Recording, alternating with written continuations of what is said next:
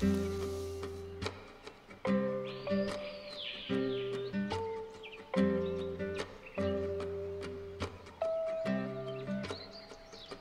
bonsoir.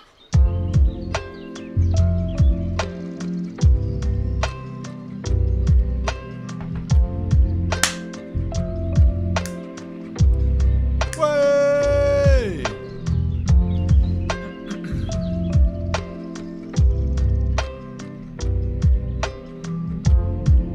On est bon? Très bien, formidable. On y va. Bonjour à toutes et à tous, ou plutôt bonsoir. Oh, hein, les cafés nocturnes, ça faisait longtemps. Bonsoir à toutes et à tous, celles et ceux qui s'installent, où que vous soyez. Merci à ceux qui balancent des subs dans tous les sens. Vous êtes déjà des centaines, oh là là, à vouloir parler de rumeurs et de transferts.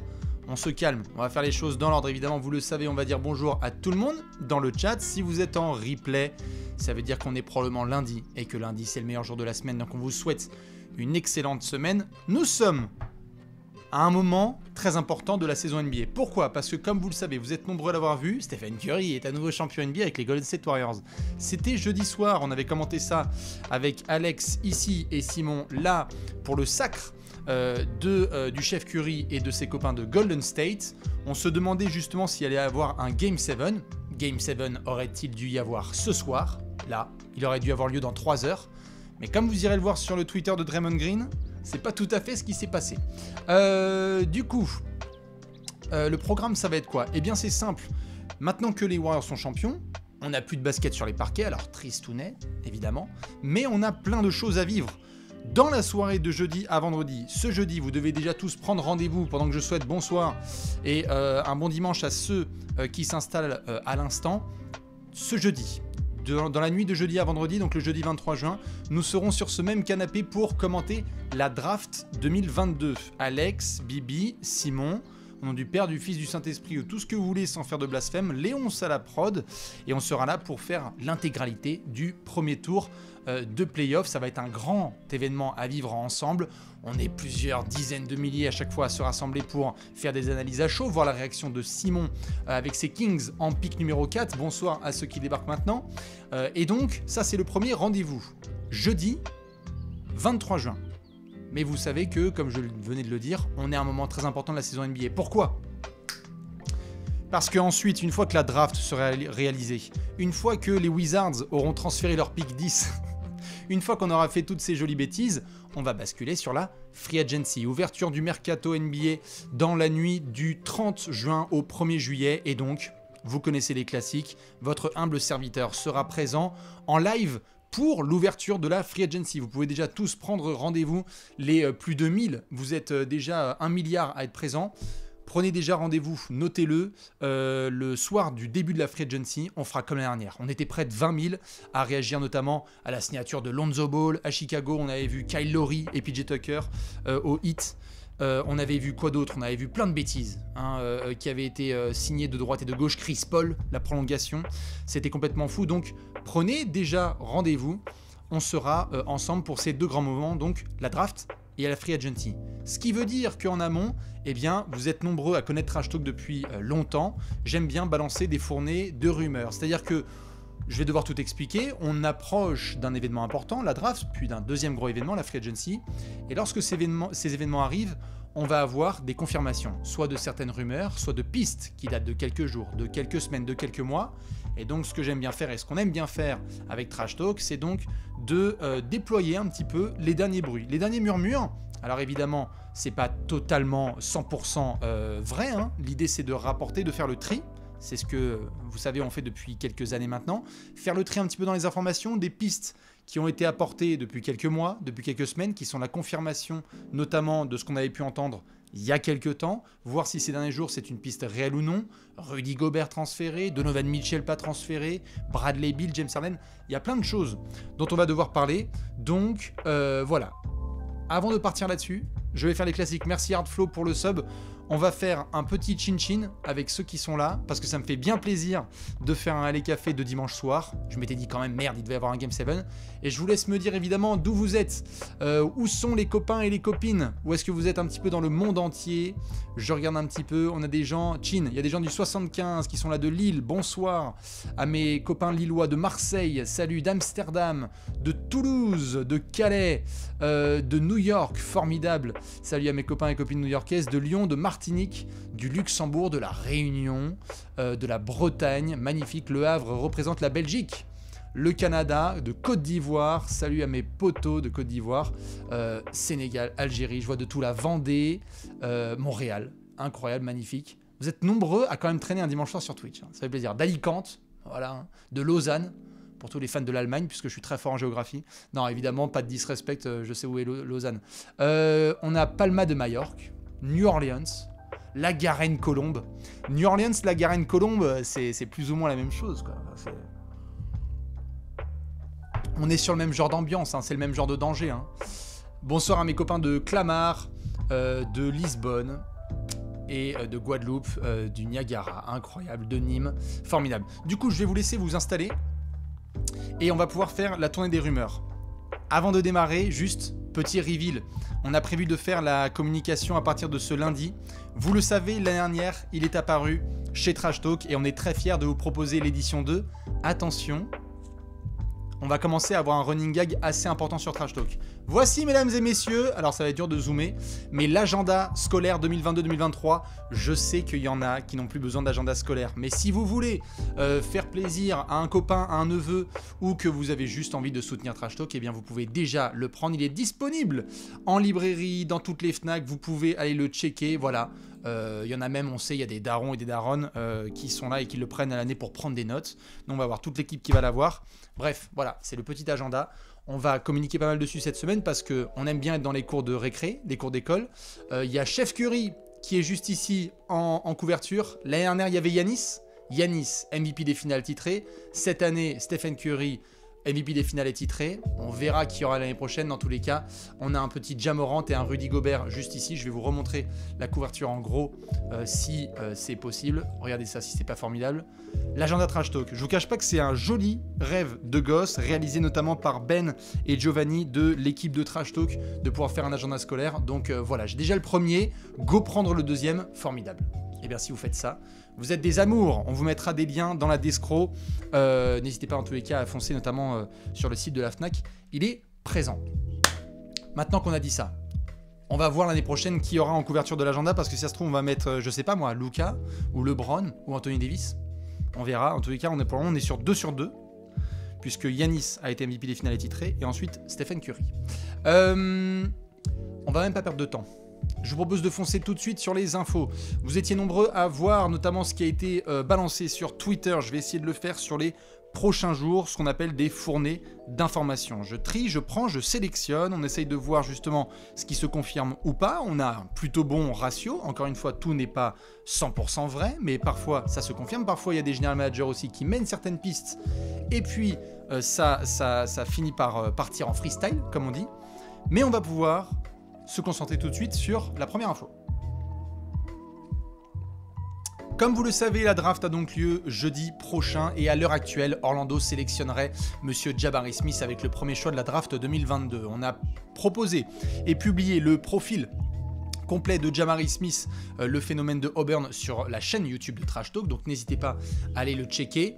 Très grand, très fort au shoot, gros potentiel, un petit peu de handle à devoir développer, de la force physique aussi, mais le potentiel est extraordinaire et donc pour le moment, il est annoncé du côté d'Orlando. Orlando, premier choix de la draft, tout peut changer d'ici jeudi soir, comme je disais, mais à 4 jours seulement de l'événement, la plupart des mock drafts et des indicateurs se rassemblent sur le fait que Jabari Smith serait le premier choix de la draft chez le Magic. S'il y a le moindre changement, ce serait Chet Holmgren.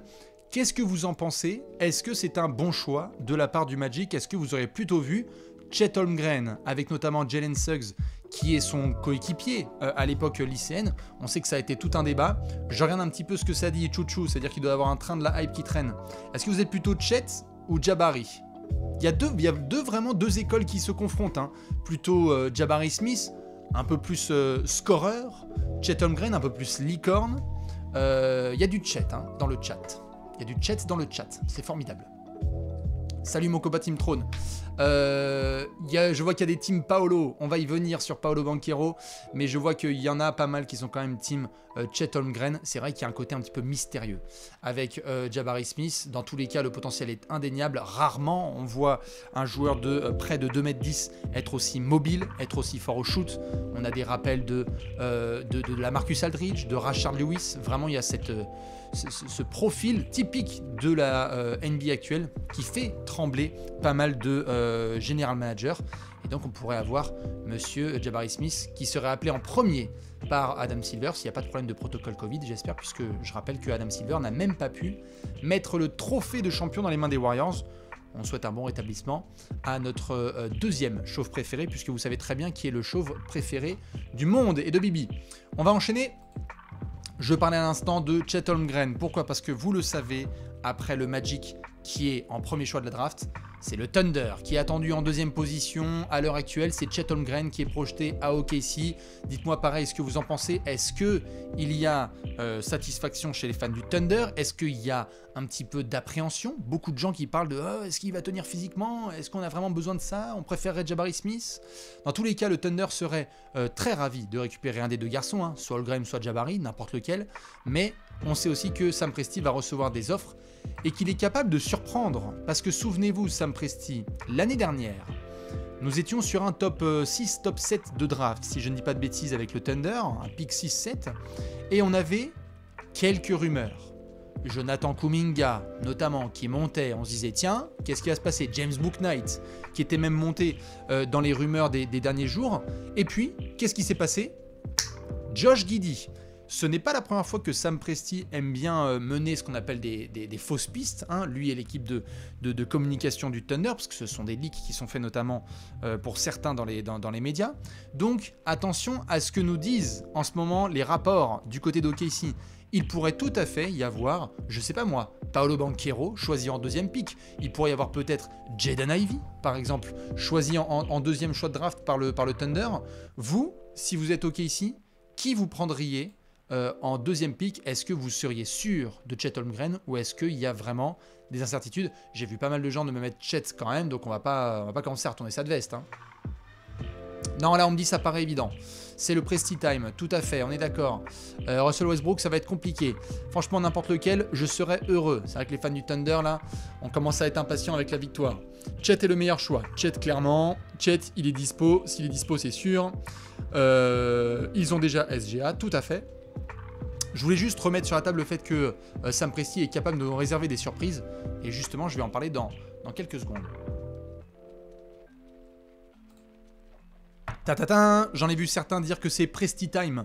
Oui, on se rapproche de la draft et donc des fameux picks que possède le directeur, l'architecte, que dis-je, la légende d'OKC. Il y a une rumeur qui fait son chemin en ce moment. Le Thunder essaierait d'avoir un deuxième choix dans le top 10 de la draft 2022. Pour le moment, OKC, ils ont le pick 2, ils ont le pick 12. Donc, monter est une piste envisageable. Les cibles principales, faisons le décompte. Je vais même faire ça proprement. Je vais vous ouvrir un... Qu'est-ce que j'ai fait ? N'importe quoi. Je vais vous ouvrir un nouvel onglet pour que vous puissiez avoir l'ordre de la draft, parce que je sais que vous êtes des loulous et que vous aimez bien avoir tout sous les yeux. Un cadeau ? Comme ça, on va voir ensemble qui peut aller chercher. Blablabla, blablabla. Hop, je mets ça tout le temps. Oh, excusez-moi, ça prend 2 secondes. Tac. Comme je le disais à l'instant, monsieur Sam Presti, il a le pick 2 et il doit avoir le pick 12 qui est pas loin. Voilà, il y a le pick 12 qui est juste en bas. Vous le voyez juste ici pour le moment avec Johnny Davis qui est projeté chez Tankaton. Chaque mock draft est évidemment différente. Qui allait viser? Tu ne peux pas aller chercher Orlando. Je pense qu'ils vont garder le pick 1. Tu ne vas pas aller chercher Houston. On reste bien positionné en place numéro 3. Place 4, les Kings. Attention, ça va coûter très très cher. Il faudra lâcher beaucoup en échange, mais les Kings font partie des potentielles équipes à aller chercher. Détroit, ça semble compliqué. On est dans de l'accumulation de talents en ce moment autour de Cade Cunningham, pour ne citer que lui. Pacers, pareil, compliqué d'aller chercher Indiana. On a tourné la page Sabonis. On va potentiellement tourner la page Turner et Malcolm Brogdon dans les prochains mois. Portland et New Orleans représentent 2 pistes très intéressantes. Portland, besoin de bien l'entourer Damian Lillard. New Orleans, besoin de confirmer ce qui s'est passé la saison précédente. Ce qui ne veut pas dire que Portland et New Orleans ne seront pas draftés, non.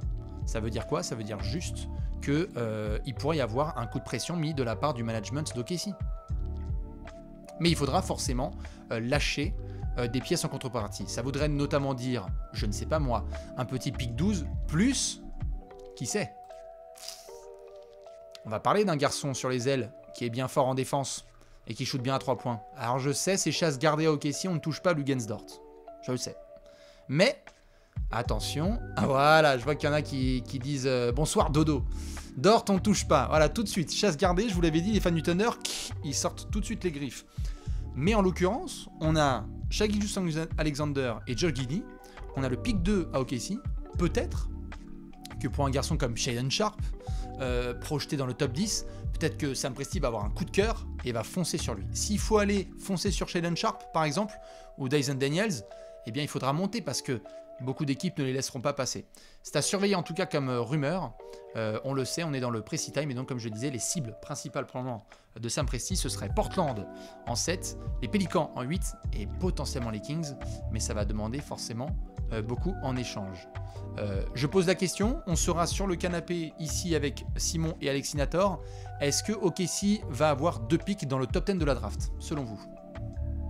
Je vous laisse me répondre pendant que je bois ma langue en paix. On me dit que non, on me dit que ça va résister fort. On me dit non, qu'il y en a qui vont glisser, comme des AJ Griffin par exemple. C'est tout à fait possible. Non, je suis d'accord. Peut-être qu'il y en a qui vont marchander trop fort. Et qui vont vouloir peut-être un petit peu étrangler Sam Presti. Mais pourquoi quoi? Et pourquoi monter? Et pour avoir des joueurs de talent. On a vu notamment Memphis, dont on va reparler dans quelques minutes, qui n'étaient pas très bien placés à la draft précédente et qui ont fait monts et merveilles et qui ont soulevé des montagnes pour aller chercher Ziaire Williams en 10e place de la draft 2021. C'est typiquement le genre de profil où, une fois qu'un management a un coup de cœur, tout va être mis en place pour réaliser un transfert. On pourrait tout à fait avoir ça dans les 3-4 prochains jours. C'est une piste qui existe. Maintenant, je vais rejoindre la majorité. Je pense que OKC va rester en place 2 et en place 12. Il y aura d'autres affaires concernant le Thunder, on en reparlera justement dans quelques secondes. Place à nos amis les Rockets. Vous le savez, les fans de Houston en ce moment, ils sont en train de se bouffer les ongles. Pourquoi? Parce qu'ils sont en 3e place de la draft et la piste Paolo Banchero est en train de se confirmer. Énorme talent qu'on a vu du côté de Duke, phénomène physique. Il est déjà prêt, il est NBA ready, il y a du playmaking, il y a du scoring, il y a tout ce qu'il faut. Il y a des interrogations sur la défense évidemment et parfois sur la sélection de tir. Ceci étant dit, il y a eu des rumeurs qui avaient circulé récemment, comme quoi Banchero et son camp ne seraient pas trop chauds sur le fait de jouer à Houston. Et bien au contraire, il n'est pas du tout contre, il est même en faveur de pouvoir être choisi en 3e position de cette draft. Ça pourrait créer un beau duo explosif avec Jalen Green. Je rappelle qu'il y a quelques jours, nos amis les Rockets ont fait du nettoyage. Christian Wood, hop là, direction Dallas, pendant que on a vu du Trey Burke, Boban Marjanovic, une paire de boots, un cheval ont été envoyés par Dallas. Donc il y a de la place qui est faite à l'intérieur, c'est notamment pour avoir un Paolo Banchero qui débarquerait d'ici quelques jours. Salut mon Simon! Passe direct au pick 3, au pick 5, pas la peine d'évoquer le 4, you know. T'inquiète pas, je vous laisse dire bonsoir à Simon qui va vivre un grand jeudi soir dans ce canapé. Vous savez très bien que ça va être un grand moment avec notre cher Simon. Salut mon Simon, des bisous. Salut le chat, salut le chat. On va en parler justement maintenant, mais avant de se pencher sur les Kings, juste un petit avis de votre part. Paolo Banchero, il est souvent mis... J'ai l'impression qu'il est souvent mis de manière... Enfin même souvent... Il est quasiment systématiquement mis derrière Chet Holmgren et Jabari Smith. Est-ce que vous êtes d'accord ou est-ce que vous le metteriez en 2e ou 1re place de la draft? Pour vous, c'est le 3e? Ou est-ce que on ne devrait pas le prendre un peu plus au sérieux avec son jeu ultra physique et technique et se dire, ah, quand même, il y en a qui le mettent 1er. 2e après Chet. Ah, j'entends. En tout cas, vous êtes plusieurs à mettre Paolo Banchero en 3e place. C'est le consensus. Hein. Les gens veulent vraiment qu'il y ait Jabari Smith et Chet Holmgren de par le potentiel, de par les deux côtés du terrain. Ça ne veut pas dire que c'est une quiche en défense, hein, Paolo Banchero, mais il y a des interrogations. Et donc, il faudra surveiller de ça. Dans tous les cas, on se dirige très très fort vers le magnifique H que vous voyez ici. Alors bon, évidemment, à Houston, on sait très bien faire ce signe. Et on verra s'il y aura, par exemple, des pick and roll, Jalen Green, Paolo Banchero. Je ne vous cache pas qu'à titre personnel, je serais fortement... Pour gros talent, Paolo Banchero, il y a pas mal de gens qui aiment quitter le bateau. Moi, je reste dedans, très très fort. On enchaîne. Avec le Kings Time. Nous sommes à Sacramento avec les Kings qui sont 4e pour beaucoup de gens et d'observateurs qui vont se pointer à la draft ce jeudi soir, qui, je rappelle, est commenté sur la chaîne Twitch de Trash Talk, je pense, plutôt que YouTube. La draft, elle commence littéralement au pick numéro 4. Que vont faire les Kings? Ça fait 27 ans qu'on se pose la question. Eh bien, pour le moment, ça reste flou. Et ce sera certainement le cas jusqu'au buzzer. Certains vont même à dire qu'il faudrait attendre jusqu'aux 5 minutes qui seront allouées aux Kings pour faire leur choix, afin d'avoir une vraie décision. C'est-à-dire, qu'est-ce qu'on fait? On le garde, le pick? On le transfère? Comment ça se passe? On a bien évidemment deux garçons qui sont à la bataille. Jaden Ivey de Purdue et Monsieur Keegan Murray de l'Iowa. Très très fort, deux styles très différents. Hein. Jaden Ivey plutôt sur les lignes extérieures, ultra explosif. Pareil, n'hésitez pas à aller sur la chaîne YouTube. Il y a le profil complet de Jaden Ivey qui a été décortiqué par Alexinator et votre humble serviteur. On est sur les postes extérieurs. Keegan Murray, plutôt le fit évident pour les Kings. Un poste 4, capable de peut-être jouer en 3 potentiellement, peut-être capable de jouer en small ball 5, très très fort en attaque, capable de contribuer, de l'expérience, pas du tout genou, il y a tout ce qu'il faut, la tête est sur les épaules. Maintenant, comment est-ce qu'on se positionne si on est les Kings? Un trade est tout à fait possible. Mais je vais prendre une lampée et donner mon avis perso, je dis bien mon avis perso, en mélangeant plein de choses, à 4 jours de la draft. Le management de Sacramento a été assez clair sur la position suivante. Ils ont envie d'être compétitifs. Je sais que ça vous fait marrer, arrêtez de rigoler dans le fond de la table, ils ont envie d'être compétitifs. Du coup, on a envie de retourner en playoff, parce que ça fait 157 ans qu'ils n'y sont pas allés.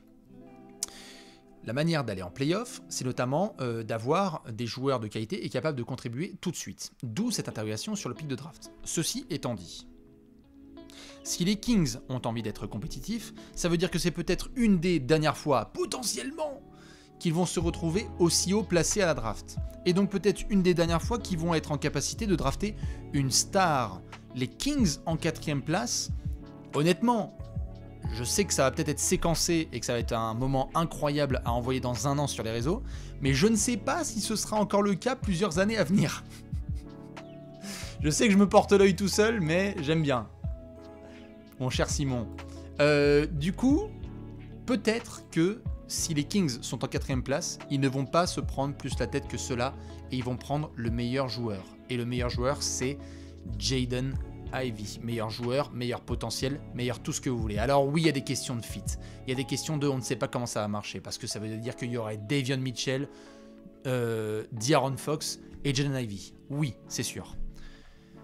Mais il n'y a pas de superstar dans ce putain d'effectif. On adore Domantas Sabonis, on adore De'Aaron Fox, mais on n'a pas un garçon qui est tellement fort que du coup, il règle toutes les situations managementales et de construction d'équipe.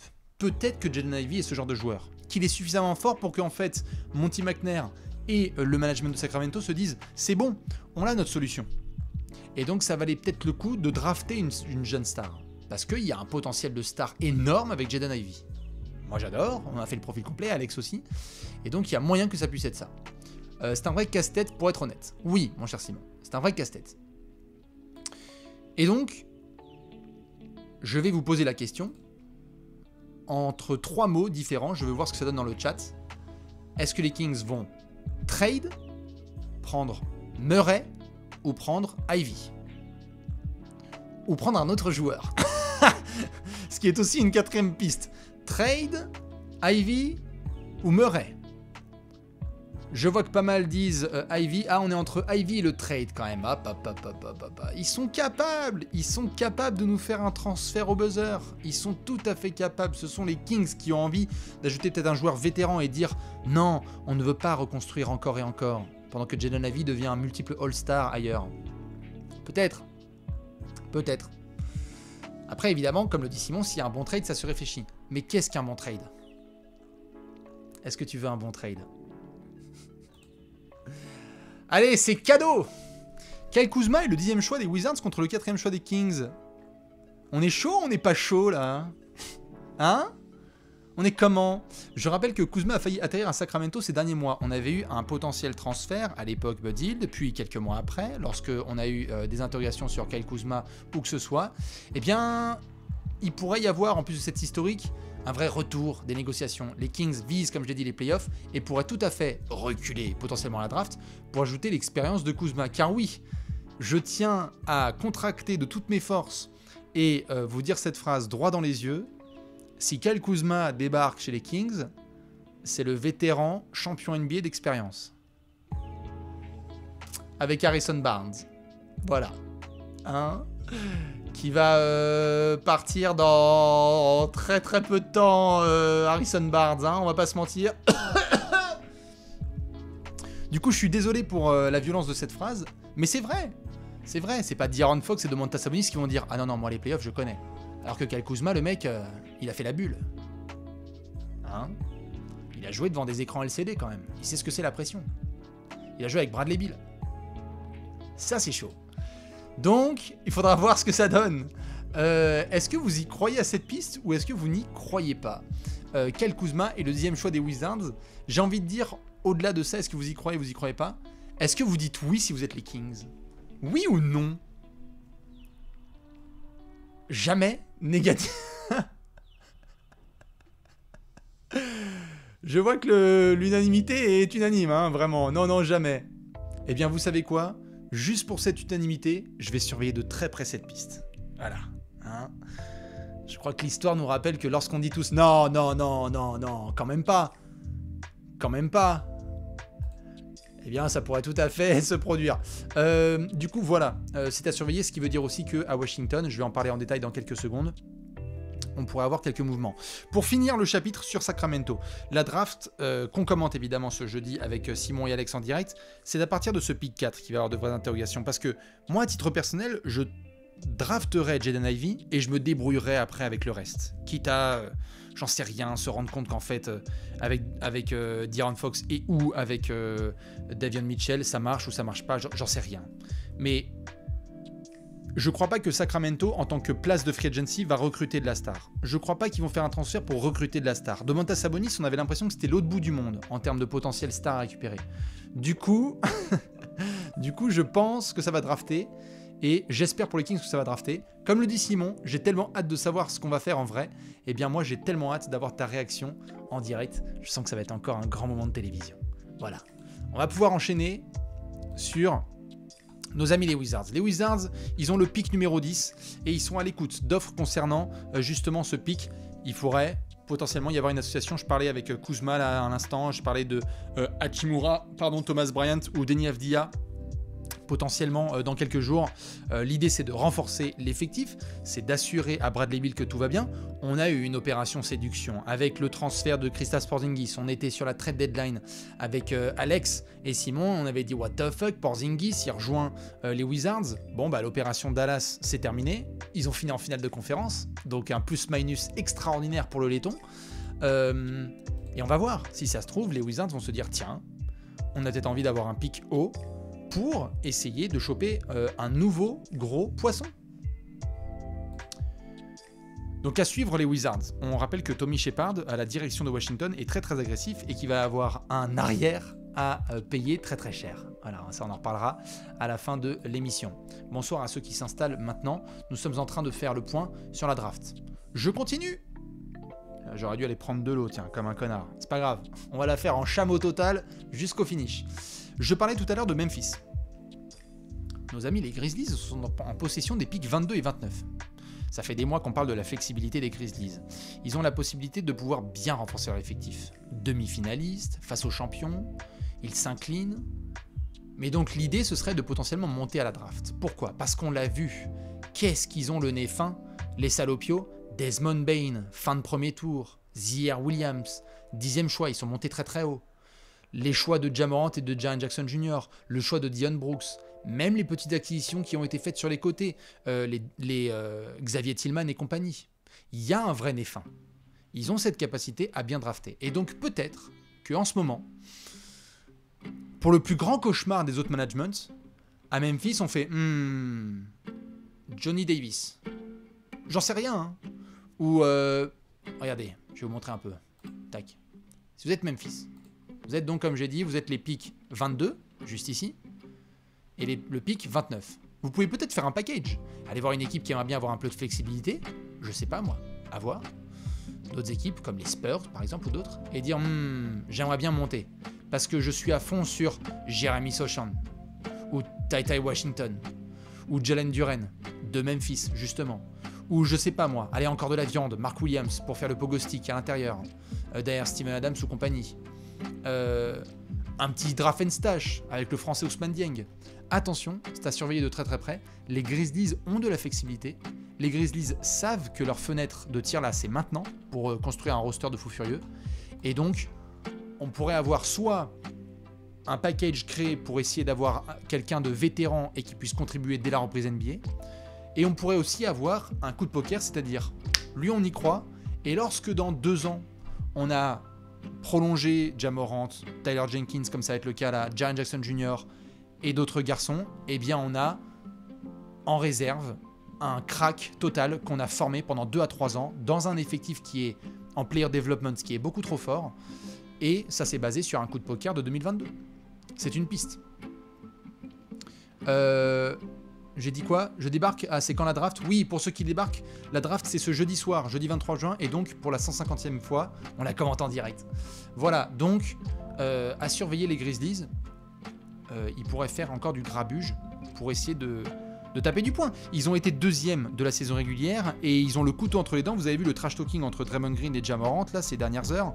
Ils veulent aller chercher le trophée de champion, hein, vraiment. Ils sont jeunes mais ils ont les dents extrêmement longues. Donc à surveiller, à surveiller, à surveiller. Dans les équipes à surveiller aussi, les Bulls qui sont à l'écoute concernant leur pick 18 de la draft 2022. Un package serait en ce moment en discussion dans certaines franchises, à savoir pick 18 plus Kobe White. Il est plus trop en odeur de sainteté et ça ne date pas d'hier. Alors qu'il avait un beau potentiel, Kobe White, lorsqu'il est arrivé en NBA de North Carolina, si je ne dis pas de bêtises. Combo guard, force scorer, en saison rookie il y avait des belles choses. Eh bien, il s'est vite retrouvé dans la merde. Il n'a pas trop su se développer. Il a montré quelques galères en termes de développement. Et on a vu d'autres garçons débarquer et dire « Laisse-moi la place. Ayo Dosumnu. Merci, cordialement. Tu vois le banc, tu t'assois. Alex Caruso, tu rentres, merci, tu prends les minutes. » Donc c'est compliqué pour Kobe White. Et lorsque vous êtes Chicago, eh bien vous êtes en pick 18. Aujourd'hui, vous voyez, juste ici. Et il pourrait y avoir du package. C'est vrai que Kobe White est une vraie déception, parce qu'il y avait un vrai bout de talent à développer. Mais je vais essayer de faire ça propre, excusez-moi. J'aime bien accompagner mes propos avec quelques chiffres, bien évidemment. Qu'est-ce qu'on a, Kobe White? Bougez pas. Qu'est-ce que c'est que ça? Ça vient d'existe? Oui. Hop, pardon, excusez-moi. Hop là, n'importe quoi. Hop. Ça, c'est la fiche de Monsieur Kobe White. Kobe White. Il est passé de 13 à 15 à un peu moins de 13 points. Il a progressé au shoot de 39 à 41 à 43%. Il est monté à 38%, mais à 3 points. Mais le problème, c'est que voilà, en défense, c'est un minus. Et dans les choix de Chicago, bah aujourd'hui, regardez la rotation. Caruso, Dosumnu, Lavin, DeRozan, Lonzo Ball. Il n'y a pas la place pour Kobe White. C'est compliqué. Donc il faudrait peut-être surveiller le départ de Kobe White, qui fait partie des garçons beaucoup mentionnés dans les rumeurs de transfert sur les prochains jours. Sinon, on se retrouvera sur la Free Agency et on lui souhaitera une bonne continuation. Voilà, en tout cas, concernant nos amis les Bulls. On en reparlera dans quelques minutes. Nous parlions de OKC tout à l'heure. Et donc, il y a un fan favorite, un garçon qu'on ne doit jamais toucher, jamais, jamais, jamais, jamais. Et pourtant, il va falloir en parler prochainement. Pourquoi? Parce que il y a une team option bientôt qui concerne Monsieur Luguensdort et on s'attend à ce que ça puisse prolonger entre le scoreur défenseur et la franchise d'Oklahoma City. Luguensdort devrait donc être prolongé cet été. Sam Presti l'adore, les fans l'adorent. On a des interrogations sur la base salariale. Je me suis permis de mettre sur les réseaux sociaux cette base de 50 à 60 millions sur 4 ans, qui a déjà été évoquée. Pourquoi je parle de déjà évoqué? Parce que, comme je vous le disais en intro, généralement, ce que je fais, c'est que lorsqu'il y a des notes qui sont prises depuis plus d'un an, moins d'un an, 10 mois, 6 mois, 4 mois, je les garde et je me dis où est-ce qu'on était sur les dernières updates, où en est le marché, et quels sont les joueurs dans son range, et combien sont-ils payés. C'est ce qui se passe avec Luguensdort. On essaie de savoir dans quel range il se situe. Est-ce que c'est un Alex Caruso? On rappelle qu'Alex Caruso, on n'est pas à 20 millions la saison, du tout. Est-ce que vous le mettez au-dessus, en dessous? Ce sont sur ces bases que notamment les managers essayent de négocier fort les contrats des joueurs qui vont justement aller chercher un gros chèque. Luguensdort, jusqu'ici, il a eu un des meilleurs contrats de NBA, il était payé une misère, c'était un peu moins de 2 millions, si je dis pas à peine plus d'1 million la saison, si je dis pas de bêtises. Et donc, faudra voir. Moi, je vois que certains... Vous savez quoi? Je vais vous poser la question. Combien vous mettez sur Luguensdort? Hop là, ça me permettra de boire mon petit café. Combien vous mettez? 60 sur 3, on me dit 20 millions la saison. Pouah. Moi, je demande, ouais, soit le contrat, la durée, soit par saison. 70 sur 4, pourquoi pas? Voilà, par exemple, 70 sur 4 ans, c'est bien payé, parce qu'on parle d'un joueur qui a fait ses chiffres dans une équipe qui n'a jamais trop contribué, hein, on va pas se mentir. 80 sur 4 ans, je me demande vraiment si OKC serait capable de mettre 20 millions la saison sur Luguensdort. Quand même, hein. J'adore Luguensdort, hein, no disrespect, mais à titre personnel, j'aurais du mal à le voir dépasser les 15 millions. Et si ça se trouve, ça va être le cas. Et s'il passe les 15 millions, et ben voilà, formidable. Combien il a pris Dorian Finney-Smith? Vous voyez? C'est comme ça que ça se passe. Combien a pris Dorian Finney-Smith? On va aller regarder ça tout de suite. Dorian Finney-Smith, extension. Faisons le travail ensemble. 4 ans, 52 millions. Dorian Finney-Smith, il a pris 4 ans, 52 millions. Est-ce que vous allez me dire que Dorian Finney-Smith est nettement moins fort que Luguensdort? Je ne suis pas d'accord. Moi, je pense que 52 millions sur 4 ans, ça a été très bien négocié en cours de saison par Dorian Finney-Smith, son agent et les Mavs. Mais voilà, pour moi, on est sur ce range-là. C'est pour ça que je parlais de 50 à 60. Et voilà, certains me mettent Dorian Finney-Smith est plus fort que Luguensdort. Moi, je peux totalement entendre. Quand on voit la contribution de Dorian Finney-Smith, ce qu'il a fait dans une équipe qui allait en finale de conférence, la régularité, les rebonds, la défense, ça a été un des meilleurs défenseurs de toute la NBA cette saison dans une équipe qui gagne. Et on est entre 50 et 60 millions pour rentrer des 3 points et défendre très dur. Je schématise, mais c'est un peu ça. Attention à ne pas être trop gourmand, côté Luguensdort. Donc c'est pour ça que nous vous aiguillons sur ce type de profil. On verra si ça se confirme. Je serais ravi de faire citer le tweet et de dire c'était n'importe quoi. En fait, il a été payé 90 millions sur 2 ans. Voilà. Dans tous les cas, s'il y a des équipes à surveiller derrière, si ça part en freestyle et qu'il est trop gourmand, ce serait plutôt Portland et Atlanta. On sait qu'il y a des besoins de talent du côté de Portland et des besoins de défense du côté d'Atlanta. Mais je ne vous cache pas qu'aujourd'hui, il y a 99% de chances pour que Luguensdort prolonge à OKC. Et on devrait avoir le travail nettement bien fait par Sam Presti dans les prochains jours. On enchaîne. Tadam. Y a-t-il des fans de Portland dans le chat? Et si oui, sont-ils toujours fans de leur franchise? On va pouvoir parler des Blazers, qui, on le sait, n'ont pas passé une année super chouette. Désolé. On va parler d'Atlanta, vous inquiétez pas.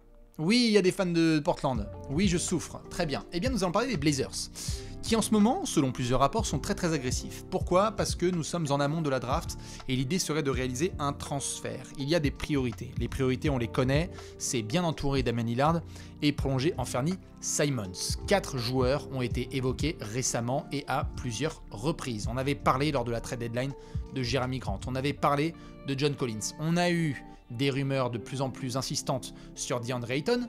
On va parler de DeAndre Ayton tout à l'heure. Et on a aussi du OG Anunoby et du Luguensdort.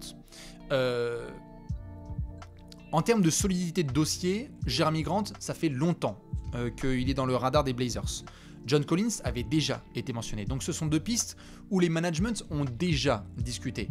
Ce n'est peut-être pas autant le cas avec notamment nos amis les Raptors et le Thunder. Maintenant, qui vous voyez à Portland?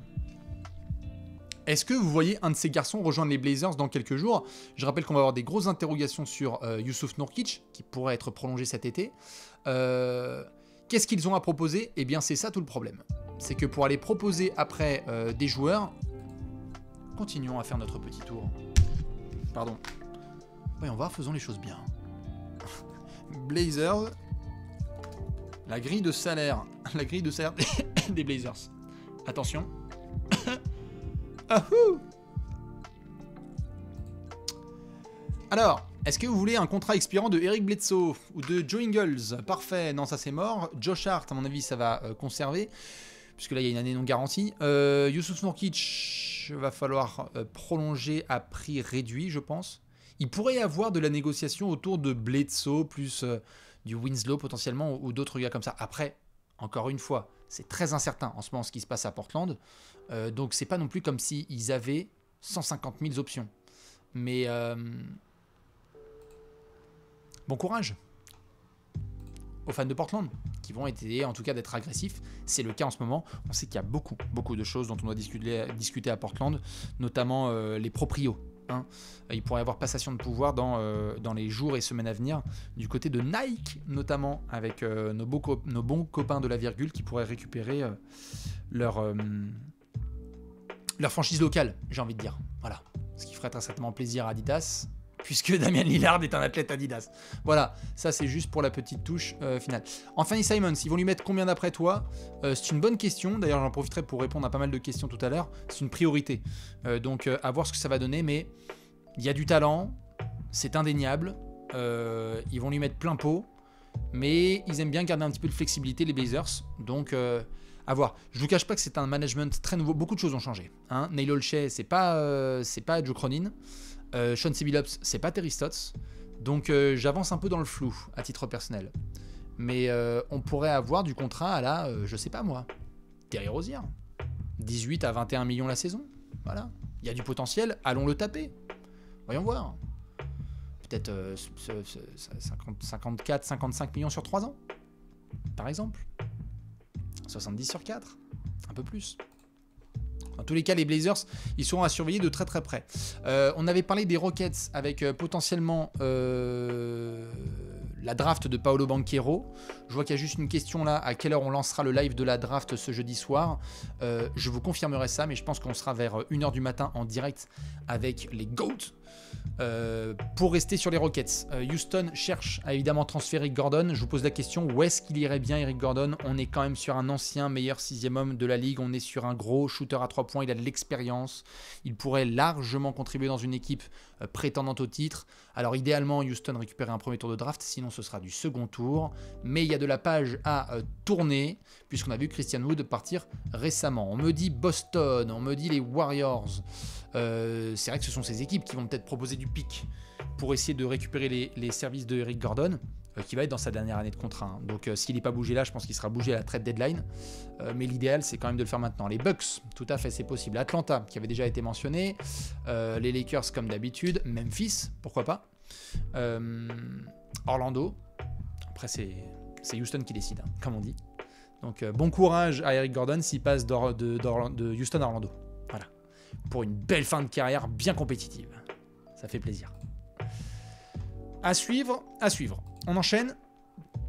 Les Sixers, vous le savez, ils ont malheureusement vécu une fin de saison compliquée. Au-delà de la sortie en play-off face au Heat, on a vu cette grave blessure pour Danny Green, qui a parlé récemment du fait que... excusez-moi, Danny Green a parlé récemment du fait qu'il aimerait retourner sur les parquets autour du All-Star Game, donc en février. Ça veut dire quand même qu'on va avoir un Danny Green vieillissant en retour de blessure, qui est cher payé, avec beaucoup d'incertitudes. Et donc, à Philadelphie, on ne joue pas juste les playoffs. On aimerait bien avoir Tobias Harris, Tyrese Maxey, James Harden, Joel Embiid et une pièce additionnelle qui pourrait faire la différence. Pour le moment, Matisse Thybulle n'a pas été intégré dans la moindre offre parce qu'il y a ce potentiel incroyable à développer et il est exceptionnel en défense.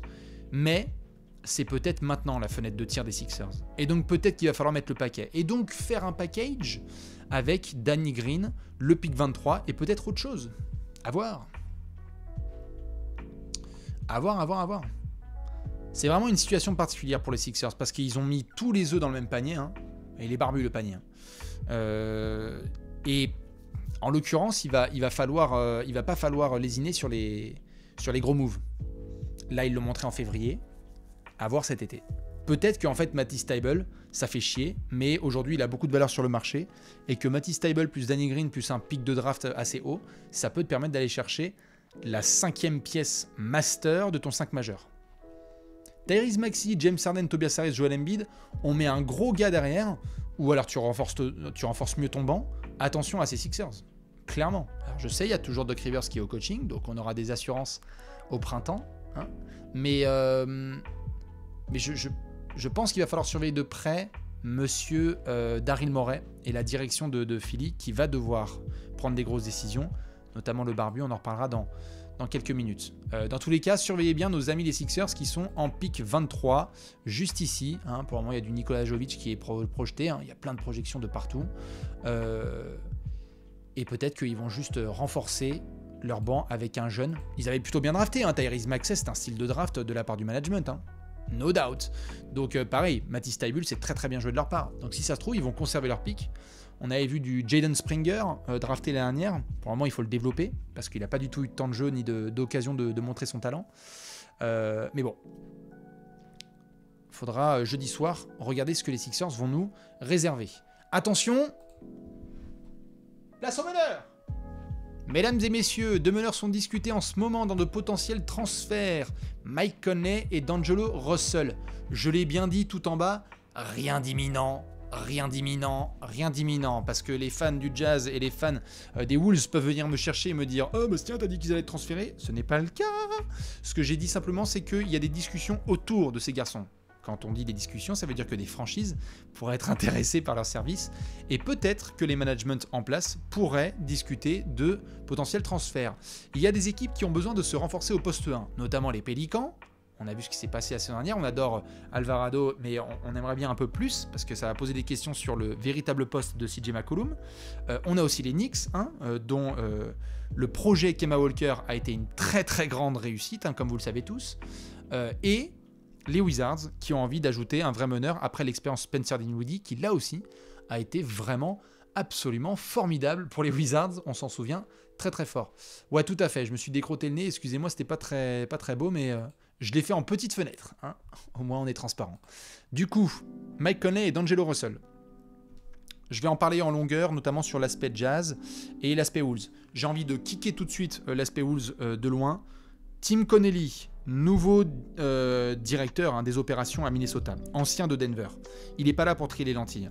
Je ne pense pas, pour le moment, qu'il y a de transfert pour faire un transfert de D'Angelo Russell. Je ne pense pas. Je pense qu'il va tâter le terrain, qu'il va voir que vaut ses joueurs dans l'effectif et qu'il va essayer de trouver le meilleur alliage. Autour d'Anthony Edwards, autour de Karl Anthony Towns. Ce n'est pas pour rien que les premiers rapports autour de Tim Connelly ne mentionnaient pas forcément D'Angelo Russell. C'est parce que j'ai du mal à croire, à titre personnel, que sur la durée, il sera là. Mais est-ce que ça veut dire que de manière imminente, il va être transféré ? Je ne pense pas non plus. Concernant Mike Conley, eh bien, on va parler du Jazz dans quelques minutes. Il va falloir que je prenne une bonne respiration. Parce que Mike Conley n'a pas été hyper rassurant ces derniers temps et qu'à Utah, on pourrait prendre un sacré virage. Je ne sais pas si vous avez vu, il y a un coach qui a dit au revoir, Quinn Snyder. Et peut-être qu'on pourrait avoir un nouvel ordre chez les meneurs à Utah. Spoiler, on va en parler dans quelques minutes. Du coup, un profil comme Mike Conley, c'est typiquement le genre, il a été prolongé, si je dis pas de bêtises, à la dernière Free Agency, c'est typiquement le genre de profil qui pourrait intéresser des équipes afin de passer un cap. Vous mettez l'expérience de Mike Conley à New Orleans, vous mettez la gestion de Mike Conley autour de RJ Barrett, vous mettez Mike Conley aux côtés de Bradley Beal, ça ne devient pas des équipes prétendantes au titre, mais on a vu ce que faisait Mike Conley pour Utah. Ils ont fait leur meilleure saison régulière de ces 20 dernières années, en ayant Mike Conley en meneur titulaire. On a vu avec les Grizzlies ce que ça donne. Donc oui, il y a des grosses interrogations au niveau de son âge, mais on va on va surveiller ça de très très près parce qu'il a quand même le respect de toute la ligue, Mike Conley. Alors Boston, je sais pas. Hein. Mais on va surveiller. Attention aux Pélicans, tout à fait. Plein de mouvements à venir, notamment chez nos amis de Louisiane. J'enchaîne. On parlait de meneurs. Il y en a un qui pourrait être potentiellement disponible.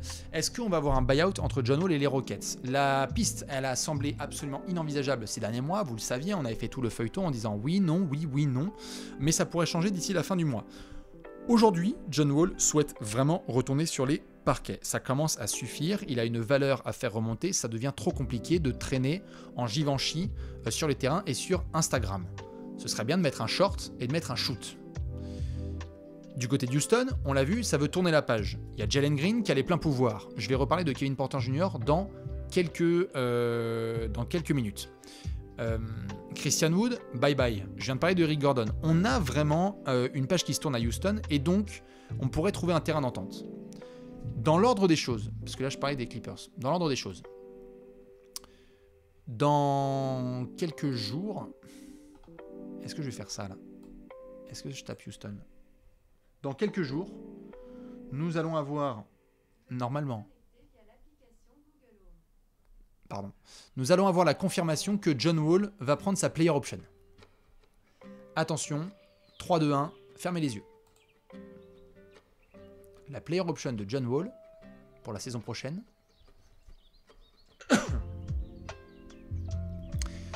Elle est à 47 366 760 $.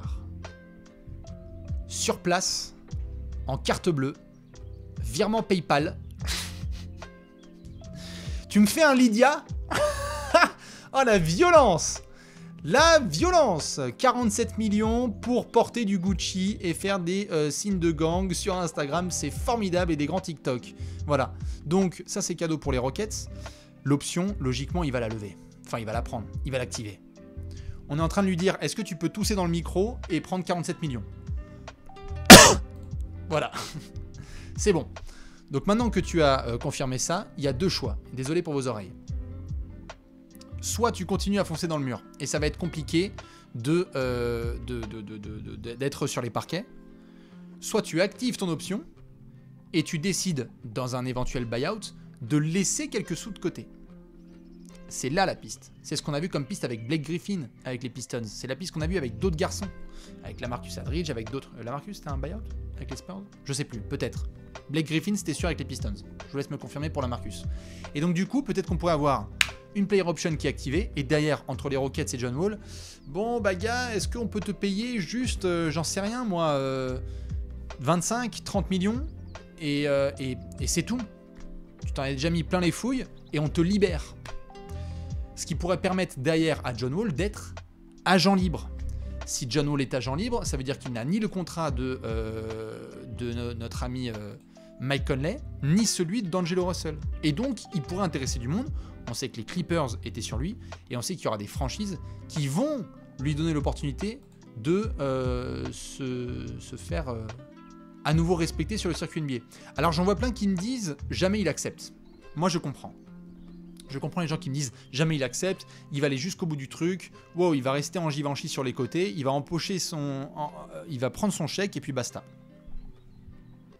Il y a un moment où ça fait trop longtemps que tu n'es pas sur le parquet, et il y a un moment où tu es en train de niquer ta valeur. C'est-à-dire, soit vous continuez comme ça, et donc à la reprise du prochain camp d'entraînement, on revient sur les mêmes nouvelles. John Wall et le camp des Rockets se sont mis d'accord sur le fait qu'il fallait laisser la place à Jalen Green et à Kevin Porter Jr., donc il va rester sur le teco. Horrible. Tu continues encore et encore à ne pas jouer. Ou alors, tu fais ces concessions, tu vas pouvoir jouer, et donc tu vas pouvoir aussi te mettre en position de force pour la free agency suivante. Parce que mine de rien, avec ces conneries, John Wall, il va devoir être agent libre l'été prochain, hein, donc en 2023. Et à ce moment-là, c'est quoi? C'est quoi son prix sur le marché? C'est t'as pas joué depuis 1 an et demi? T'as fait plus de posts Insta que de lancers francs et de passes décisives? Trop compliqué. C'est pour ça que, à titre personnel, je pense qu'on pourrait se retrouver face à une solution dans les prochains jours / prochaines semaines. Je ne serais pas étonné. Voilà. Et auquel cas, s'il y a libération de John Wall, eh ben, il y a pas mal de franchises qui voudront lui faire une petite place. Je vous parlais à l'instant des Clippers et d'autres qui pourraient se positionner. Je vois qu'il y a une question qui m'a été posée tout à l'heure concernant Kevin Porter Jr. Je vais juste y répondre rapidement. À l'heure actuelle, les Rockets, de ce que je sais, ils sont dans une phase de reconstruction et ils sont contents de Kevin Porter Jr. Tout n'est pas rose, c'est sûr et certain. Ceci étant dit, ils ont plutôt envie de voir comment ça se passe avec Jalen Green et Kevin Porter Jr., avec Kevin Porter Jr. et son coach Silas, avec son management, et donc ce n'est pas encore l'heure de devoir lâcher prise. Le jour où ça deviendra compliqué, c'est lorsqu'il faudra potentiellement prolonger Kevin Porter Jr. Auquel cas, là, il faudra voir si les Rockets voudront mettre des sous, et là, je pourrais être un tout petit peu plus sceptique.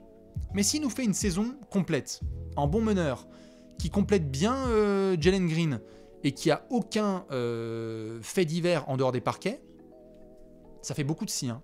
Mais à ce moment-là, bah oui, on pourra avoir un avenir pour Kevin Porter Jr. Pour le moment, en tout cas, on surveillera Monsieur John Wall. Et donc, non, on n'a pas encore parlé des Suns. J'y viens. Ça va être très drôle.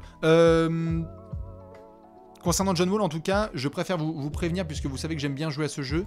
Attention aux notifs, hein, Twitter dans les jours à venir.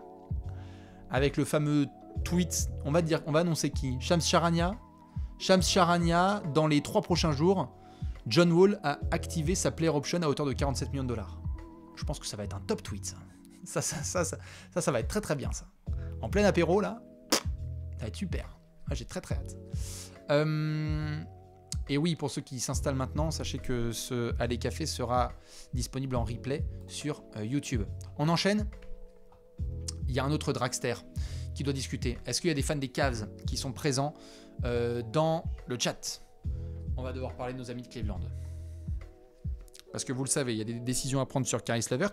Pas obligatoirement maintenant, mais par la suite.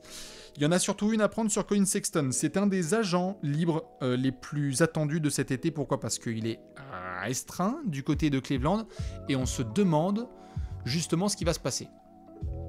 Au moment où je vous parle, Collin Sexton et les Cavs veulent trouver un terrain d'entente. Maintenant, il y a un prix à définir. Et vous le savez, j'aime bien jouer au juste prix avec vous. C'est l'heure du juste prix. Combien la saison pour Collin Sexton? Dites-nous votre prix. Moi, ce que j'ai mis, c'est qu'on pourrait tout à fait avoir une piste à la Theo Rozier, c'est-à-dire 55-60 millions sur 3 ans, soit entre 18 et 20 millions la saison.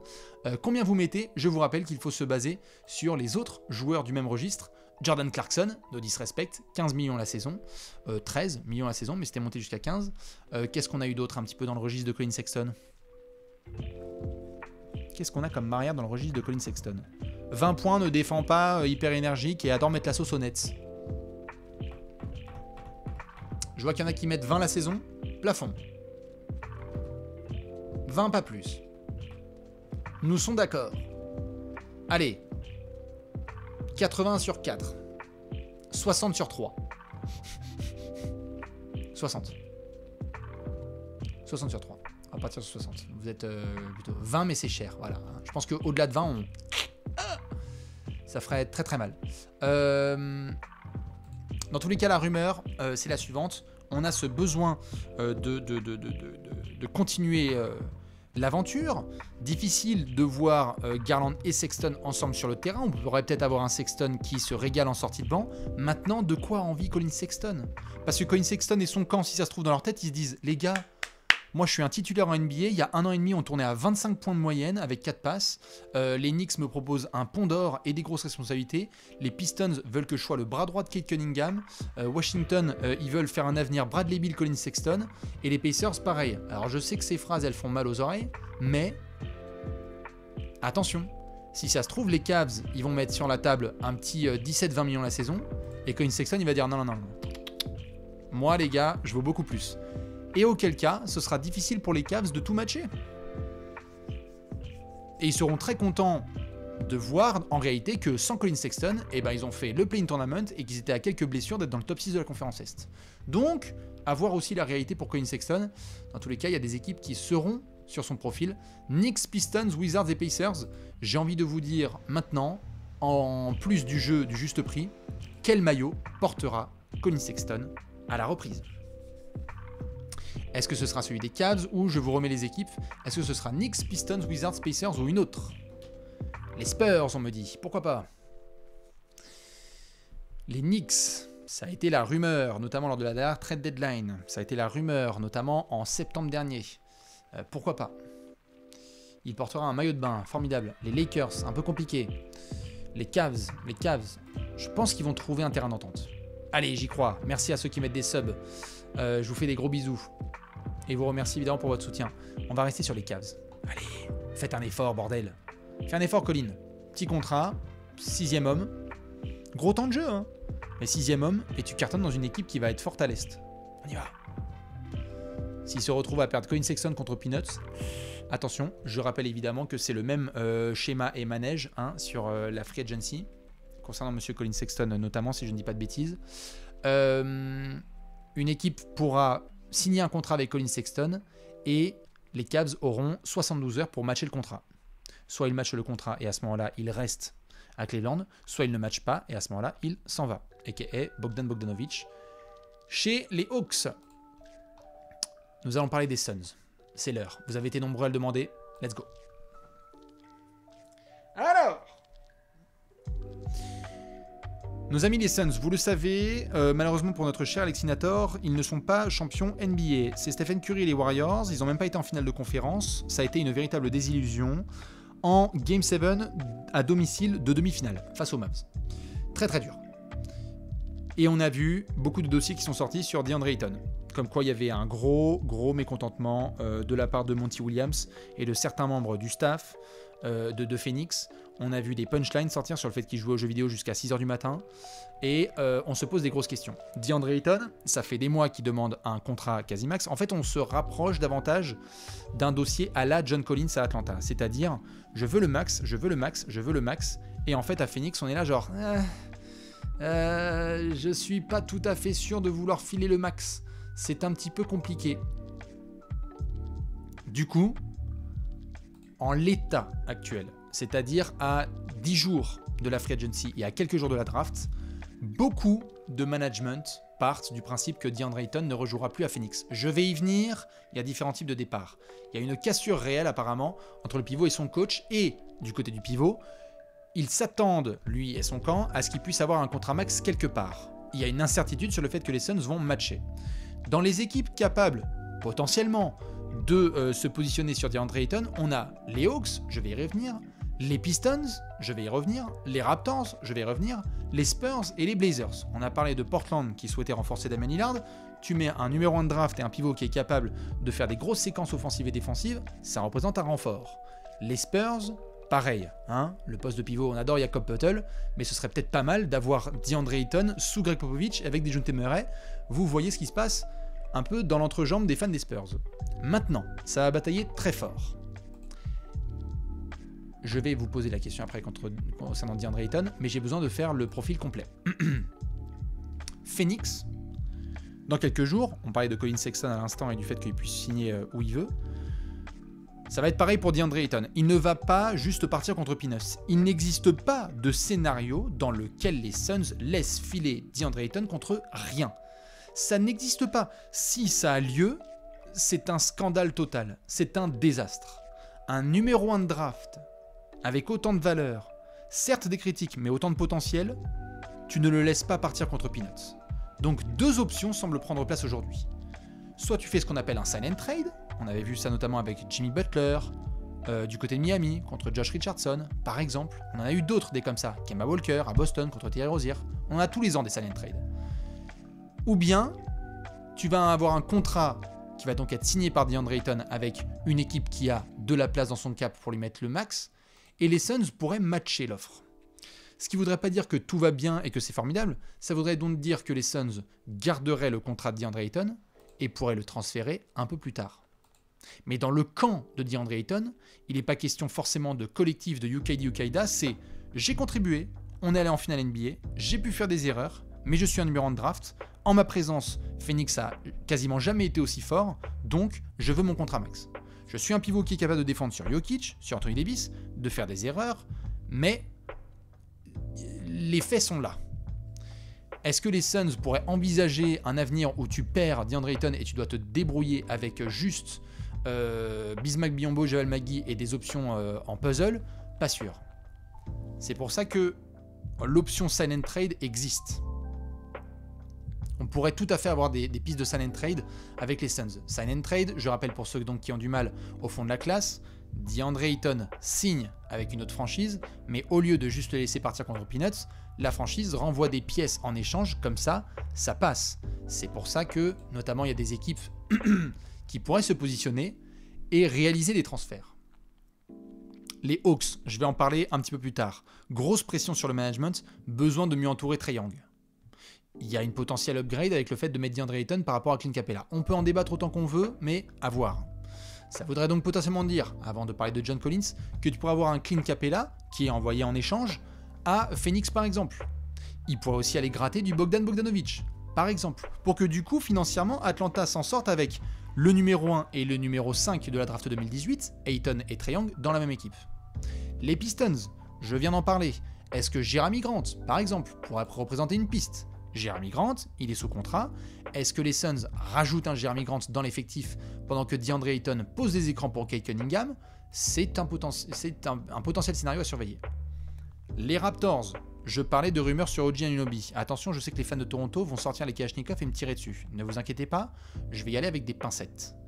Il y a des rumeurs sur OG Anunoby. Ça ne veut pas dire que il va être transféré, ça ne veut pas dire que Masai Ujiri a fait des pancartes en disant venez prendre OG Anunoby, ça veut dire qu'en l'état actuel des choses, on a Scottie Barnes qui est intouchable, Pascal Siakam difficile à transférer, tu n'as pas envie de bouger Fred VanVleet et tu as besoin d'améliorer ton poste de pivot, tu vas pas non plus bouger Gary Trent Jr. Donc quels sont tes assets et tes pistes que tu pourrais mettre dans un potentiel package OG Anunoby, sachant qu'il y a aussi une free agency restreinte pour Chris Boucher. Du coup, peut-être que nos amis les Raptors pourraient dire bah tiens, on va vraiment se renforcer et on va avoir un front de courte Scottie Barnes, Pascal Siakam, DeAndre Ayton, ou pas du tout. Et on vous donne OG Anunoby, comme ça après on se démerde. Les Spurs, pareil, il pourrait peut-être y avoir du Keldon et du Jakob Poeltl. Les Blazers, il faudra voir quoi donner en échange, ou bien signer en dur. Peut-être que Youssouf Nourkic sera envoyé en échange. En tout cas, ça semble difficile de voir DeAndre Ayton porter le maillot des Suns la saison prochaine, et donc je vous pose la question, puisque vous savez que j'aime bien faire des petits quiz. Quel maillot portera DeAndre Ayton le 20 octobre prochain? Où est-ce que vous le voyez? Est-ce qu'il gardera le maillot des Suns? Oh, il y a pas mal de Suns là qui commencent à tomber. Des Mavs, ça va être compliqué. Des Spurs, moi je serais très chaud. Châteauroux, pourquoi pas. Les Hornets, pareil, il va falloir se retrousser les manches et peut-être trouver un coach déjà.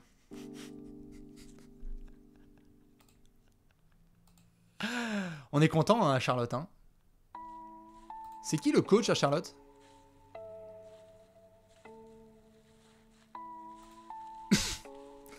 Bref, on en reparlera. Et donc je vois qu'il y a pas mal de gens qui mettent du Suns ou du Spurs ou du Portland. Ça va être à surveiller. Ça pourrait être terrible hein, quand même hein, pour les Suns. Hein. On parle quand même de cette montée en température d'un 5 qui était dingue. Chris Paul, Devin Booker, Michael Bridges, Jay Crowder, DeAndre Ayton. Et là, paf, tu as cette chute. Et tu te retrouves avec un pivot numéro 1 de draft qui n'est plus chez toi. Waouh, waouh, waouh, waouh. Va falloir surveiller ça de très très près. Dans tous les cas, voilà pour le dossier de DeAndre Ayton. Je vais y revenir dans quelques secondes. Pourquoi? Parce qu'on va se pencher maintenant sur nos amis les Hawks. Et j'en profite pour faire un coucou et bisous à celles et ceux. Vous êtes 2500 à être là à minuit pour parler de free agency et de draft. C'est formidable. Vous êtes les meilleurs du monde. Je vois qu'il y a des questions sur les Warriors. Non, je vais y venir. Les Hawks, la pression elle est maximale. Pourquoi? Parce que les propriétaires et le management veulent qu'il y ait du changement. C'est normal. Hein. Ils ont envie que ça se dépatouille un petit peu parce qu'il y a eu déception après une belle sortie en play-off en finale de conférence. Le mot qui court en ce moment, c'est que tout le monde serait disponible.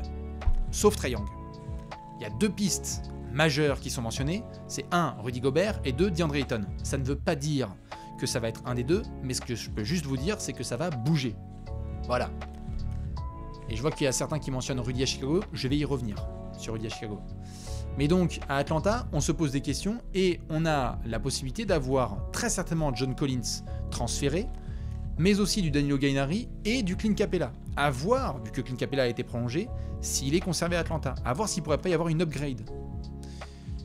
Les rumeurs concernant DeAndre Ayton, pour le moment, il devrait avoir prolongation. Il fait partie de ces garçons de la draft comme RJ Barrett, dont je vais parler, qui doivent être prolongés cet été.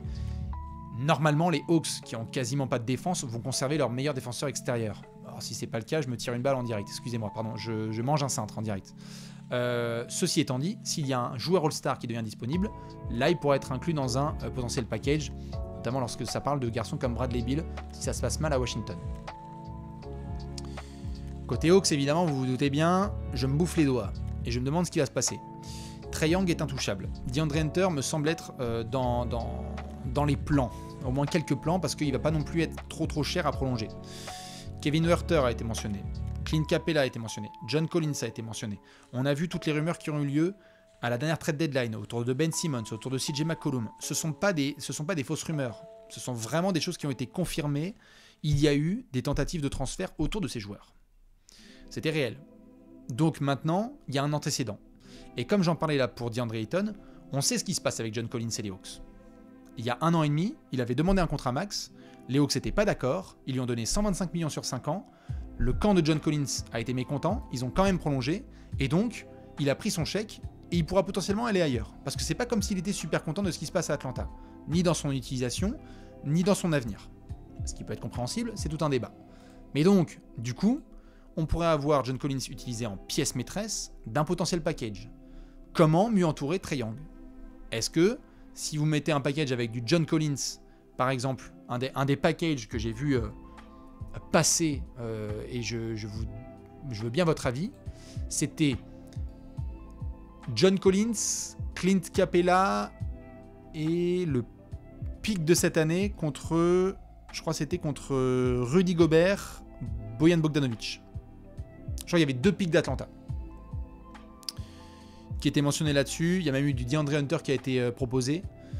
Qu'est-ce que vous faites si c'est ça, par exemple? Est-ce que Utah dit non, tout de suite c'est mort? Ou est-ce que Atlanta dit non, tout de suite c'est mort?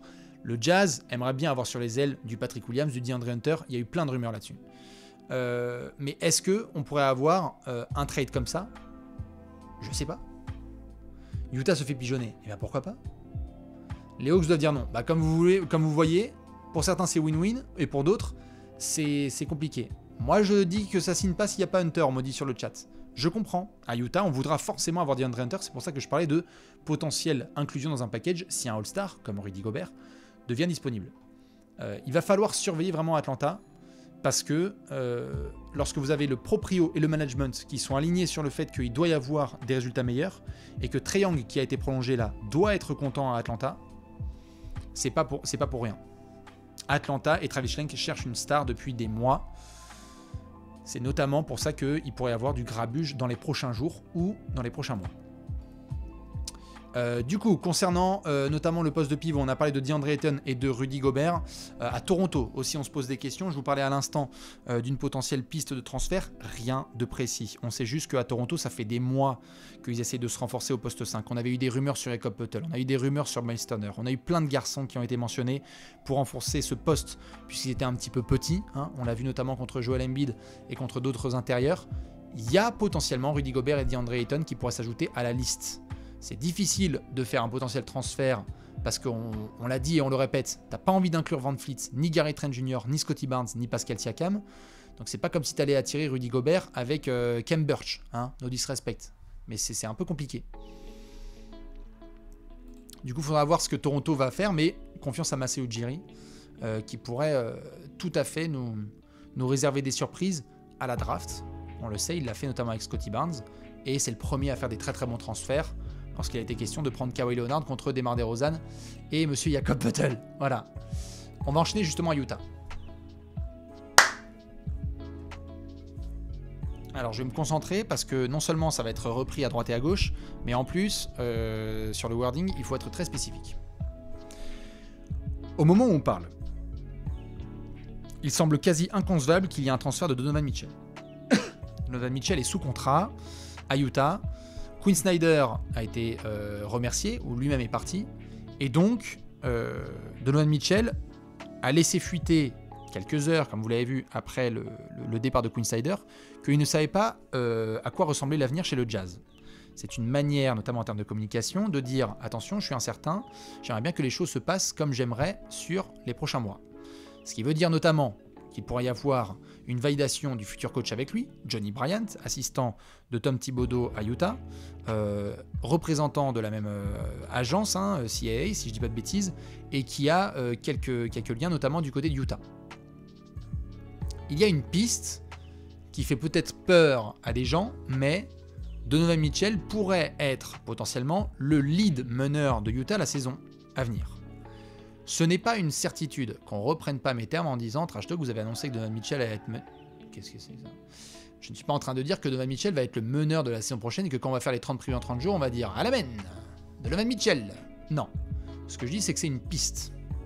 Parce que, il y a des incertitudes sur Monsieur Mike Conley, dont j'ai parlé, et qui pourrait apporter quelques petites pièces et valeurs, parce que je rappelle que Utah n'a quasiment aucun capital de draft là vraiment valide. Ils ont pris quelques choix de draft, ça n'a pas été dingue ces dernières saisons. Donc du coup, hormis les jackpots qu'il y a eu sur Rudy Gobert et sur Donovan Mitchell, ça a été un peu pauvre. Donc du coup, il pourrait y avoir totalement une piste selon laquelle à Utah, on se dit ok, James Harden à Houston, Luka Doncic à Dallas, Devin Booker par le passé à Phoenix, d'autres garçons comme ça qui sont en fait des meneurs arrière mais qui jouent meneurs. On a même des ailiers qui jouent meneurs.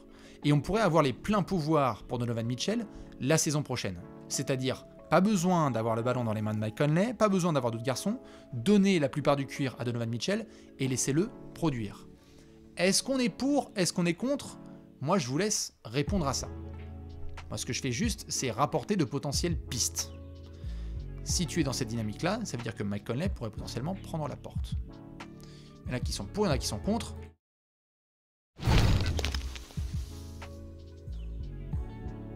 Excusez-moi, ça a ripé. Oh putain. J'ai la souris qui a ripé. Excusez-moi. Comme je disais, je vois qu'il y en a pas mal qui sont contre.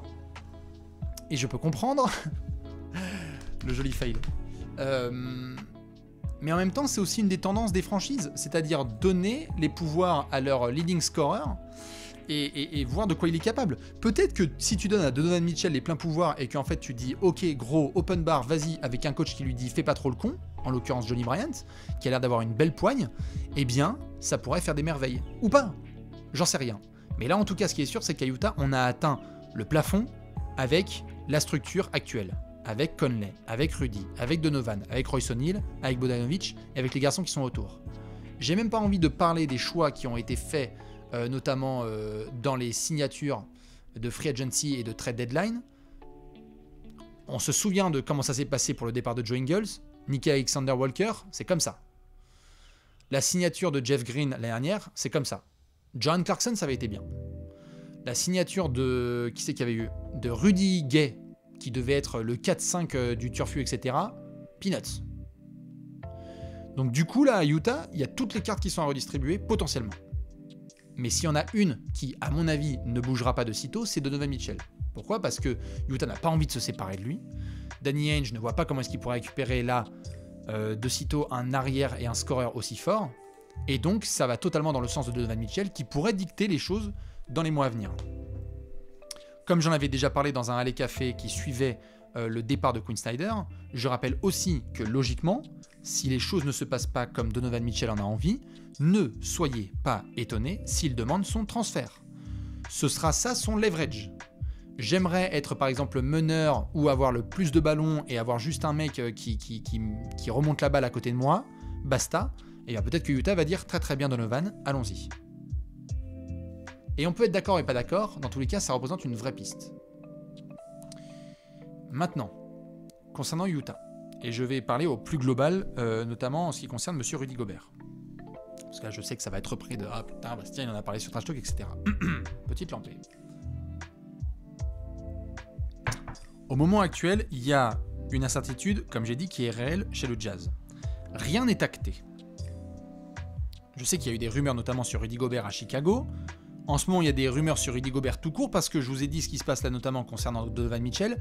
Et en termes de valeur pure, il n'y a pas besoin d'avoir fait des études supérieures pour comprendre que le joueur qui a le plus de valeur dans un potentiel transfert, c'est Rudy Gobert.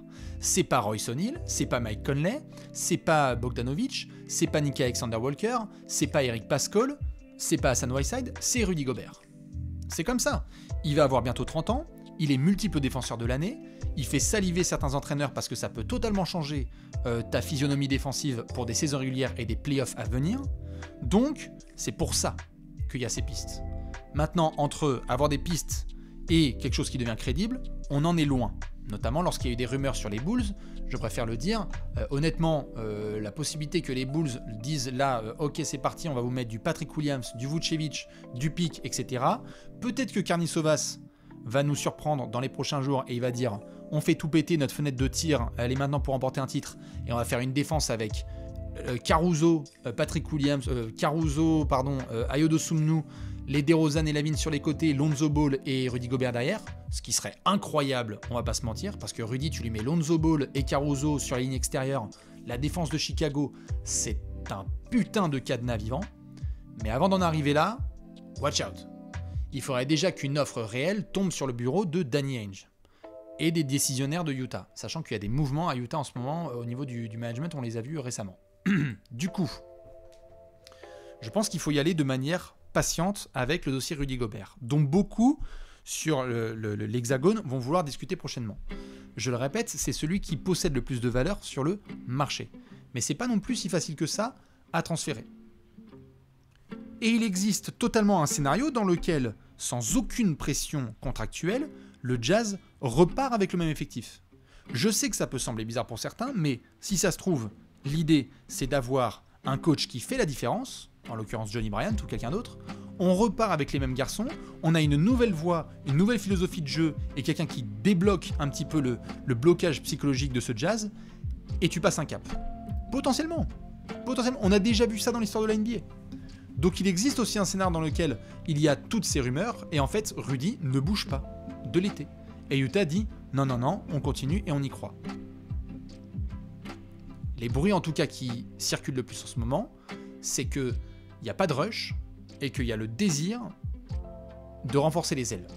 Parce que sur les ailes, on nous a barbé les derniers mois avec le fait d'avoir du Jeremy Grant, d'avoir d'autres gars sur les ailes qui puissent aider et défendre, parce qu'on l'a vu, regardez les finales NBA, on vient d'avoir du Andrew Wiggins célébré comme jamais face à Jason Tatum et Jaylen Brown en face. On est en train d'en faire une caisse sur Dorian Finney-Smith ou du Luka Doncic. On a vu Jimmy Butler faire des dingueries. On a vu d'autres garçons énormes sur les ailes parce que c'est obligatoire aujourd'hui d'avoir un gros sur les ailes. Qui est le gros ailier du Jazz aujourd'hui ? Peanuts. J'adore Royce O'Neal, c'est pas un ailier giga titulaire rassurant dans la NBA des contenders. Juste non. Voilà. Donc, je pense qu'il va falloir y aller step by step et que donc, cette phrase, c'est probablement la plus importante, s'il y a un trade, un seul, ce sera ensuite sous forme de domino. C'est-à-dire, si on a par exemple Mike Conley ou Bojan Bogdanovic, l'un des deux qui sont transférés, ensuite ça part. Ça veut dire que tu pourras avoir l'un puis l'autre, potentiellement. Et Utah se dira, on n'a pas du tout envie de faire un rebuild, parce que c'est une franchise dans un petit marché qui a besoin de rester compétitif, et on va en fait aller chercher des options sur les ailes. Basta pour d'autres garçons. On a enlevé Joe Ingles, on va en enlever d'autres, et on va renforcer les ailes avec des gars athlétiques et à potentiel. C'est pour ça qu'il y a eu des rumeurs sur Patrick Williams, sur OG Anunoby, sur Pascal Siakam, sur DeAndre Hunter, sur tous ces profils capables d'être vraiment bons sur les ailes. Voilà pour le Jazz. J'espère que ça aura été assez clair. Maintenant, je vous pose la question. Est-ce que vous voyez Rudy transférer cet été, oui ou non ?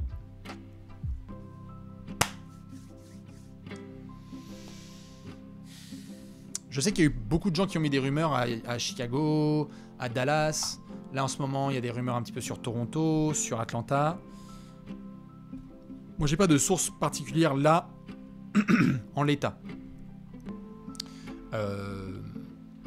Mais je me base juste sur ce qui a été dit récemment. Et je vois qu'il y en a qui disent on espère, j'espère. Eh bien, on va surtout espérer que Rudy soit dans une bonne situation qui lui convient. Et je dois avouer que Rudy dans une équipe où il y a une bonne ligne extérieure défensive, ça pourrait être absolument démoniaque. Donc pourquoi pas Chicago ? Pourquoi pas d'autres adresses ? Toronto ou autres où ça pourrait être fort sympathique. Voilà pour le Jazz. On va terminer avec quelques angles, notamment du côté de Dallas, avec les Mavs qui ont joué le Jazz, hein, on s'en souvient, c'était au premier tour. Ils les ont battus, Jalen Brunson avait été énorme, et bien l'aventure devrait continuer entre Jalen Brunson et Dallas. Des grands playoffs qui pourraient permettre à Jalen de tâter les 90 à 100 millions de dollars sur 4 ans. Encore une fois, c'est le verbe pourrait, hein, c'est une potentialité. Les Knicks ont fait pression pendant plusieurs mois sur Brunson, mais l'affaire devrait continuer entre Jalen et Doncic. On pourrait avoir du contrat un petit peu à la Van Fleet, hein, entre 85 et 90 millions sur 4 ans. Par exemple, il a montré qu'il pouvait get buckets dans des grandes confrontations, qu'il a tenu tête en demi-finale à Chris Paul et compagnie, qu'il a été clutch et qu'il a vraiment mis les Mavs en partie sur ses épaules lorsque Luka était blessé. Donc le cap, il est passé par Jalen Brunson. Il a montré qu'il méritait son sac de fric. Donc à voir ce que ça va donner. Un autre garçon qui devrait être prolongé, c'est monsieur RJ Barrett. Alors, chez les Knicks, historiquement, on ne prolonge pas les rookies. On parlera de Mitchell Robinson dans quelques secondes. Mais RJ Barrett, lui, ça devrait continuer, bien évidemment, puisque RJ, on est en parfaite entente avec Tom Thibodeau. Ça se passe bien. Le management est fan de RJ, de sa progression permanente. Maintenant, il y a une question, c'est le prix. À l'heure actuelle, encore une fois, faites le travail, comparez avec les arrières à son poste dans les équipes du même niveau. On ne va pas partir sur un contrat max, ce serait difficile à comprendre. Mais donc on pourrait peut-être avoir comme John Collins, donc un très bon joueur dans une équipe qui essaie de faire son trou, un contrat autour de 130 millions par exemple sur 5 ans. C'est un potentiel. Donc oui, il y a des choses à surveiller. Et je vois que certains me disent, comment ça, quoi, RJ, il y a de la progression? Oui, il y a eu de la progression dans certains aspects du jeu pour RJ Barrett. Alors, c'était peut-être pas les progrès qu'on aurait aimé avoir à la Ja Morant, certes, mais chacun son step. RJ Barrett, oui, il a montré des progrès, notamment il a été clutch à certains moments cette saison, il a été meilleur en défense à certains moments, et peut-être que si tu enlèves un Julius Randle des pattes, on pourrait avoir un step d'atteint. Et il pourrait peut-être confirmer son énorme talent de numéro 3 de draft. Donc voilà, on pourrait avoir du 25 à, allez, max 30 millions la saison pendant plusieurs années. Ce serait en tout cas un événement historique puisque les Knicks ont rarement prolongé leurs joueurs. Et justement, dans les prolongations qui pourraient avoir lieu ou pas, eh bien Chicago et Détroit seraient intéressés par Mitchell Robinson. On en a d'autres, hein. De toute façon, dès que ça parle de pivot, vous avez vu, il y a toujours des Toronto et autres qui sont dans le coin. Un prix à la Alex Caruso serait envisageable. Je rappelle que Caruso, il a pris entre 35 et 40 millions sur 4 ans lors de la dernière free agency. Maintenant, c'est à New York de choisir. Hein. Ils verront ce qui va se passer. Parce qu'on a eu des rumeurs sur Nerlens Noel. Nerlens Noel, il avait été prolongé après une belle saison l'année dernière. Il avait été prolongé la free agency. Et puis, ça a été vraiment compliqué. Des blessures, etc. Et donc, du coup, Mitchell Robinson, il a eu parfois du mécontentement. Il l'avait exprimé publiquement. Et puis, il y a tout ce potentiel à peut-être mieux utiliser. On parle, voilà, certains parlent des Hornets, des Spurs, des Pistons. On verra si ça peut contribuer dans ces équipes-là. Dans tous les cas, il y a cette envie chez Mitchell Robinson d'avoir un peu plus de responsabilité et de ne pas juste être à la bataille avec Nerlens Noel et de se faire clasher par les fans et les médias new-yorkais. Autre pivot qui est pas mal discuté, il est en train de décuver gentiment avec le trophée Larry O'Brien sur les genoux. Kevon Looney a déjà été ciblé par les Kings et les Hornets dans l'éventualité que le pivot quitte Golden State. On rappelle qu'il a été fondamental cette saison et qu'il n'était pas du tout cher payé. C'était environ 5 millions la saison Kevon Looney pour du gros jeu, du rebond offensif et tout ce qu'on a pu voir. S'il demande davantage, il devra aller ailleurs. Mais on a vu aussi qu'à Golden State, il y avait le désir de conserver la compétitivité de l'effectif avec des efforts faits de droite et de gauche. Est-ce que ce sera le cas de Kevon Looney? Je ne sais pas. On sait qu'à Golden State, en tout cas, ils sont très très fans de Kevon Looney. Mais c'est peut-être aussi l'occasion pour lui d'enfin aller chercher le contrat qu'il n'a pas pu avoir encore en carrière. Un vrai gros contrat de pivot qui change en fait totalement sa famille et les générations suivantes. Alors là, ça va très bien, il a déjà des millions, mais il faut aussi prendre ça en considération. C'est que Kevon Looney, combien de fois il va pouvoir être dans cette position? D'être champion en titre sur le marché des agents libres, à négocier son deal? Attention, s'il est ultra collectif, ça va être incroyable et il va prendre une ristourne à Golden State, mais attention aussi à la balance salariale des Warriors, quoi. Là, Wiggins, Draymond, Curry, Clay, il y a Jordan Poole qui va demander son tarot. Est-ce que tu prolonges Jordan Poole et Kevon Looney? Est-ce que tu prolonges Jordan Poole ou Kevon Looney? Ce seront des vraies questions à se poser, mais une fois que les Warriors auront bien profité de leur titre. Il faudra peut-être développer Wiseman, exactement. Je finis avec de la superstar, évidemment. À Washington, la situation est la suivante. Il va falloir proposer le max à Bradley Beal et rien d'autre. Comme ça, il restera. S'il y a autre chose qui est proposé, eh bien, ça pourrait vite partir en cacahuète. Bradley Beal a été assez clair au niveau de ses prises de position publiques, même si certains trouvent que c'est flou. Pour le moment, il dit « J'ai envie de continuer et de gagner à Washington ». Il a envie de prendre la route à la Lillard et de dire « Moi, je ne bouge pas et je reste dans ma franchise de toujours ». Donc, pour le moment, on part bien sur une prolongation de Bradley Beal, mais attention, ça pourrait potentiellement déraper. J'en profite pour dire, parce que j'aime bien prévenir et je préfère pour pas qu'il y ait des attention, oh my god. Bradley Beal, dans les prochains jours, il va devoir se positionner sur sa player option. Sa player option, elle est à 35-36 millions si je ne dis pas de bêtises. Il y a de fortes chances pour que Bradley Beal refuse sa player option. Si vous voyez le tweet de Vosges, ou de Shams, ou de Mark Stein, ou de Neusage, ou de Chris Haynes qui dit Bradley Beal a refusé sa player option de 35 millions, c'est normal. Ne soyez pas sur une piste de « Oh my god, il va bouger !» On peut même trouver un nom de code si vous voulez à mettre sur les réseaux sociaux, comme ça les gens ils vont complètement péter des câbles. On peut dire cacahuète. Voilà. Vous pouvez envoyer cacahuète, ce sera formidable. S'il ne prend pas sa player option, c'est pour ensuite négocier un nouveau contrat avec les Wizards. Voilà ce qu'il en est. On parle de 250 millions sur 5 ans. Oui, c'est beaucoup. Et je sais que ça fait mal à la tête. Et pas que à la tête. Maintenant, j'en parlerai dans un des prochains Les Cafés, nous allons avoir bientôt un nouveau deal TV qui va rentrer dans le salary cap. Je m'explique, et on en parlera davantage en détail une prochaine fois. Un gros deal a été signé entre la NBA et chaîne télé. Ça veut dire que l'argent qui va être récupéré par la NBA va avoir un impact direct sur les dépenses qui sont faites.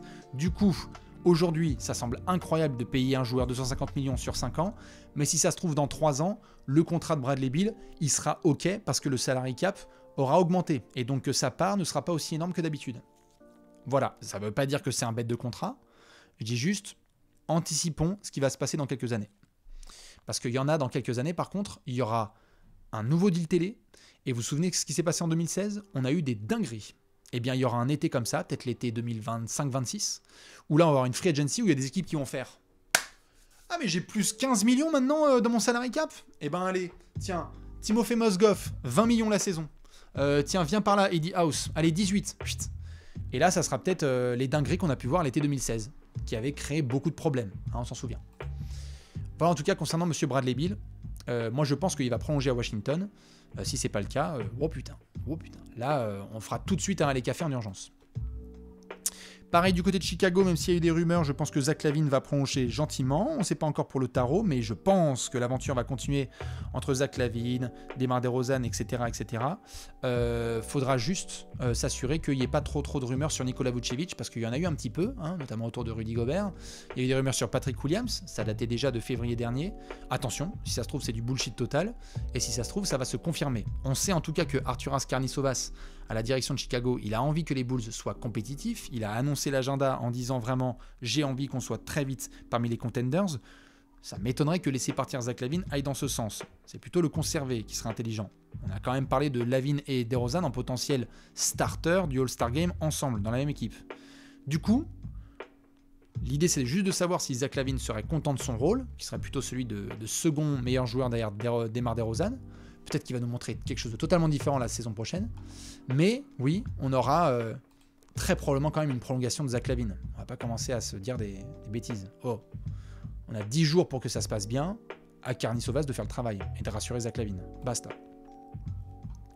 Et enfin, on termine avec votre barbier préféré, le roi des playoffs, l'homme sur qui on peut compter tout le temps quand ça devient chaud, James Harden. Il devrait prolonger cet été à Philly. Alors la structure qui est pour le moment discutée, c'est que lui devrait également activer sa player option. On est sur une player option à combien, tiens? Je vais aller voir. 45 millions La petite 45 là, on va voir.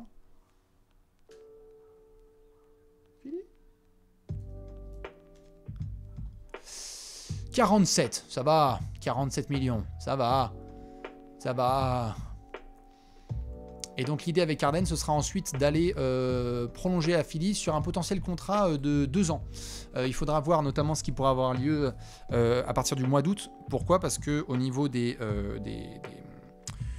au niveau des, j'ai envie de dire, des alinéas de contrat et des règles contractuelles, le fait d'attendre 6 mois après le transfert pourrait permettre à Harden d'avoir un meilleur pourcentage du salary cap et de son potentiel salaire. Du coup, ne soyez pas étonnés si ça traîne un peu pendant l'été et qu'autour du 10-15 août, James Harden ait une prolongation contractuelle avec les Sixers. Voilà. Maintenant, ça fera un deal de 3 ans. Lui, Harden, on s'en souvient, en conférence de presse, en sortie de défaite, il a dit « On fera absolument tout ce qui est possible pour qu'on soit contender. C'est l'heure d'ajouter l'acte aux paroles. » Voilà. Donc si c'est pour se taper derrière un contrat max qui est confirmé pendant 5 ans dès le 2 juillet, attention. Et attention d'ailleurs aux performances de James Harden. On va pas se mentir. Voilou. Du coup, j'ai fait un tour complet. Il y aura d'autres actus qui tomberont dans les prochains jours parce qu'on va avoir plein de choses à devoir décortiquer, puis ça va dans tous les sens. Lundi, meilleur jour de la semaine, il y aura plein de choses. On va avoir du nouveau profil de draft avec Alexinator. Si vous êtes sage, mardi, il pourrait y avoir une grosse mock draft à devoir réaliser avec Alex. Donc on pourra peut-être se projeter sur le top 15 de la draft, voir qui va où. Je rappelle que ce jeudi, évidemment, la draft, elle sera commentée en direct sur ce canapé. À partir de 1h du matin, on prendra l'antenne.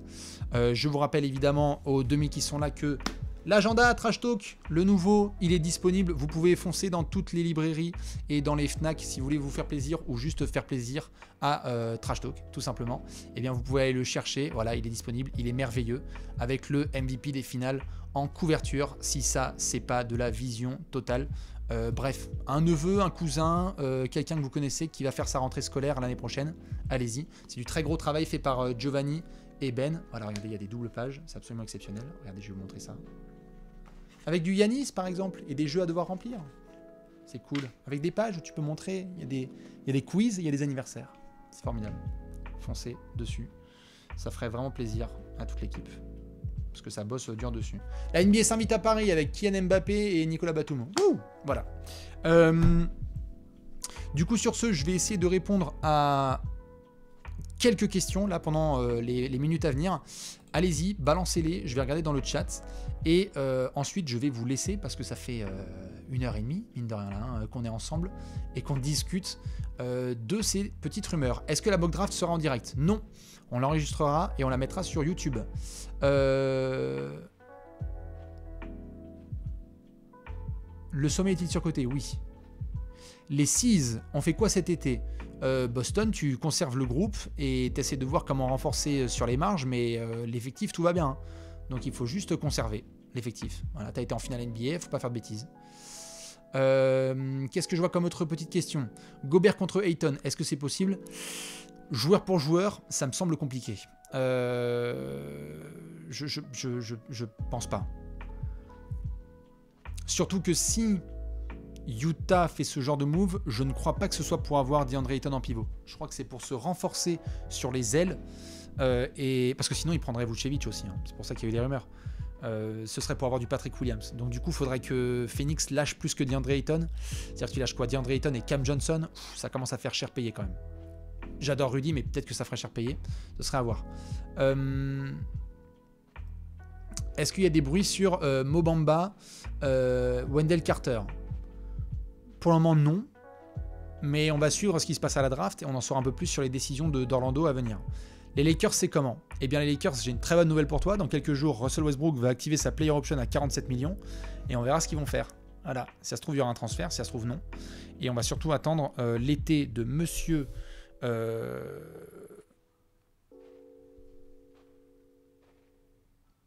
Comment il s'appelle notre général manager? Excusez-moi, je perds la tête. Bah, Bastien... Rob Pelinka. Rob Pelinka, qui va devoir faire un bel été en tant que décisionnaire et on verra ce que ça donnera pour bien entourer LeBron et AD. Il faudrait déjà que LeBron et AD soient à 100%, surtout Anthony Davis, qui nous fasse une grosse saison, ça arrangerait pas mal de choses. Des infos sur les Spurs? Oui, comme je l'ai dit pour le moment, quelques rumeurs sur du DeAndre Ayton. Jakob Poeltl avait été mentionné dans des pistes de transfert en février, donc attention à la draft, ce qui pourrait avoir lieu. Mais bon, à San Antonio, on essaye surtout d'accumuler du talent et voir ce qui peut se passer. Hein, donc, encore du nez fin à la draft, et puis se positionner sur certains dossiers qui pourraient se transformer en belle piste. Certains ont parlé de Colin Sexton, DeAndre Ayton, il y en a qui ont même parlé de Zach LaVine. Voilà, c'est à surveiller. Mais pas de rush, pas de rush. John Collins, ça bouge où? Bah, ça va bouger, je pense, cet été, mais j'ai aucune idée d'où. Là où Atlanta récupérera du défenseur, j'ai envie de dire. Meilleur que lui. Les Pacers, qu'est-ce qui se passe? Eh bien, les Pacers, ça continue à vouloir drafter du talent. Il y aura des rumeurs sur Miles Turner dont je reparlerai en détail dans un prochain Allez Café. Et il y a toute cette bataille autour de Malcolm Brogdon et Chris Duarte. Lequel est le plus valuable? Lequel sera conservé? Et à mettre à côté de Tyrese Haliburton. À voir, mais il y a du temps à Indiana. L'idée, c'est de reconstruire. Donc bien drafté là, notamment peut-être du Shannon Sharp ou d'autres garçons comme Keegan Murray. Je pense que c'est quoi le futur pour Westbrook? Bah, il va être meneur des Lakers et s'ils arrivent à faire un trade formidable, mais sinon il va être meneur des Lakers et il va avoir un nouveau coach qui va bien le mettre en avant et j'espère que ça va aller pour lui. Qui des Clippers? Bah, pour le moment pas grand chose, il faut que tu récupères Paul George et Kawhi Leonard, tu as des joueurs qui sont sous contrat, il faudra juste vérifier la situation de Nico Batum et d'autres garçons, mais sinon voilà, t'occuper de tes vétérans et s'assurer qu'ils soient tous sous la main de Tyronn Lue au début de la saison prochaine. Ça suffit les blessures. Dernière question, allez j'en prends 2-3. Comme ça après je vous laisse. Est-ce que les Warriors ça peut garder tout leur effectif actuel? Je t'invite à aller sur le site de Trash Talk. Nous avons fait un article complet là-dessus avec les dernières infos et citations qui ont été données. C'est l'objectif. Maintenant, c'est bien de le vouloir. Après, il faut le faire. Hein, tout le monde est très content jusqu'à ce qu'on se retrouve sur la table des négociations. Faudra voir. Faudra faire des efforts. Parce qu'il y en a, c'est la seule fois peut-être de leur carrière qui vont être en aussi bonne situation de négociation contractuelle. Attention. Attention à Poole, attention à Looney, attention à d'autres garçons. Voilà. Miami, est-ce que tu repars avec le même effectif? Normalement oui, attention, je reparlerai dans un prochain café de la situation de Tyler Herro, à voir quelles sont ses envies, ses désirs de jeu et contractuels, et savoir si Pat Riley est capable de lâcher certaines choses avec Eric Spoelstra. J'ai quelques potentiels doutes, mais à surveiller les prochaines fois avant que les fans du hit me tombent dessus. Sur ce, je vais vous laisser, puisqu'on a fait 1h40 ensemble, formidable. Ça veut dire que les gens du lundi vont repartir avec beaucoup d'informations. Vous allez pouvoir démarrer cette semaine avec tout ce qu'il faut savoir en amont de la draft de ce jeudi. Ce jeudi, dans la nuit de jeudi à vendredi, jeudi 23 juin, on sera donc ensemble pour commenter la draft en direct. Venez, ça va être incroyable. Il y aura Simon sur le canapé, il y aura Alex, il y aura Léonce à la prod. On va encore vivre des gros transferts, on va vivre des grandes annonces. C'est un moment absolument immanquable de chaque saison NBA. On va se tenir au courant. Moi, je vais essayer de faire des allées café sur les soirs suivants afin de vous donner les dernières infos. Et sinon, allez checker cette chaîne YouTube Masterclass Trash Talk Production. Il y a du profil de draft en ce moment. Il y a donc du allées café en replay. Il va y avoir de la mock draft si vous êtes sage. Et il y aura encore plein d'autres choses. Voilà, sur ce, je pense que je vais vous laisser et prendre un autre café parce que ça charbonne ce soir. Même s'il n'y a pas de match, on continue à préparer des dingueries pour vous. Je vous laisse en musique, je vous fais plein de bisous. Merci à ceux qui étaient là, à celles et ceux qui étaient là. Merci à celles et ceux aux 4 coins du monde qui ont envoyé des subs, ça fait toujours plaisir. N'hésitez pas, comme je l'ai dit, à foncer sur l'agenda Trash Talk qui est disponible. Ça fait toujours sourire l'équipe de TT lorsque vous nous faites ce petit coup de pouce. Voilà, c'est pas grand chose et nous, ça représente beaucoup. Sur ce, je vous souhaite une excellente soirée. À ceux qui se tapent ce replay un lundi, meilleur jour de la semaine. Et on se retrouve très vite sur Twitch et sur YouTube. Des bisous, bonne nuit. À la prochaine et à jeudi soir en direct. Ciao.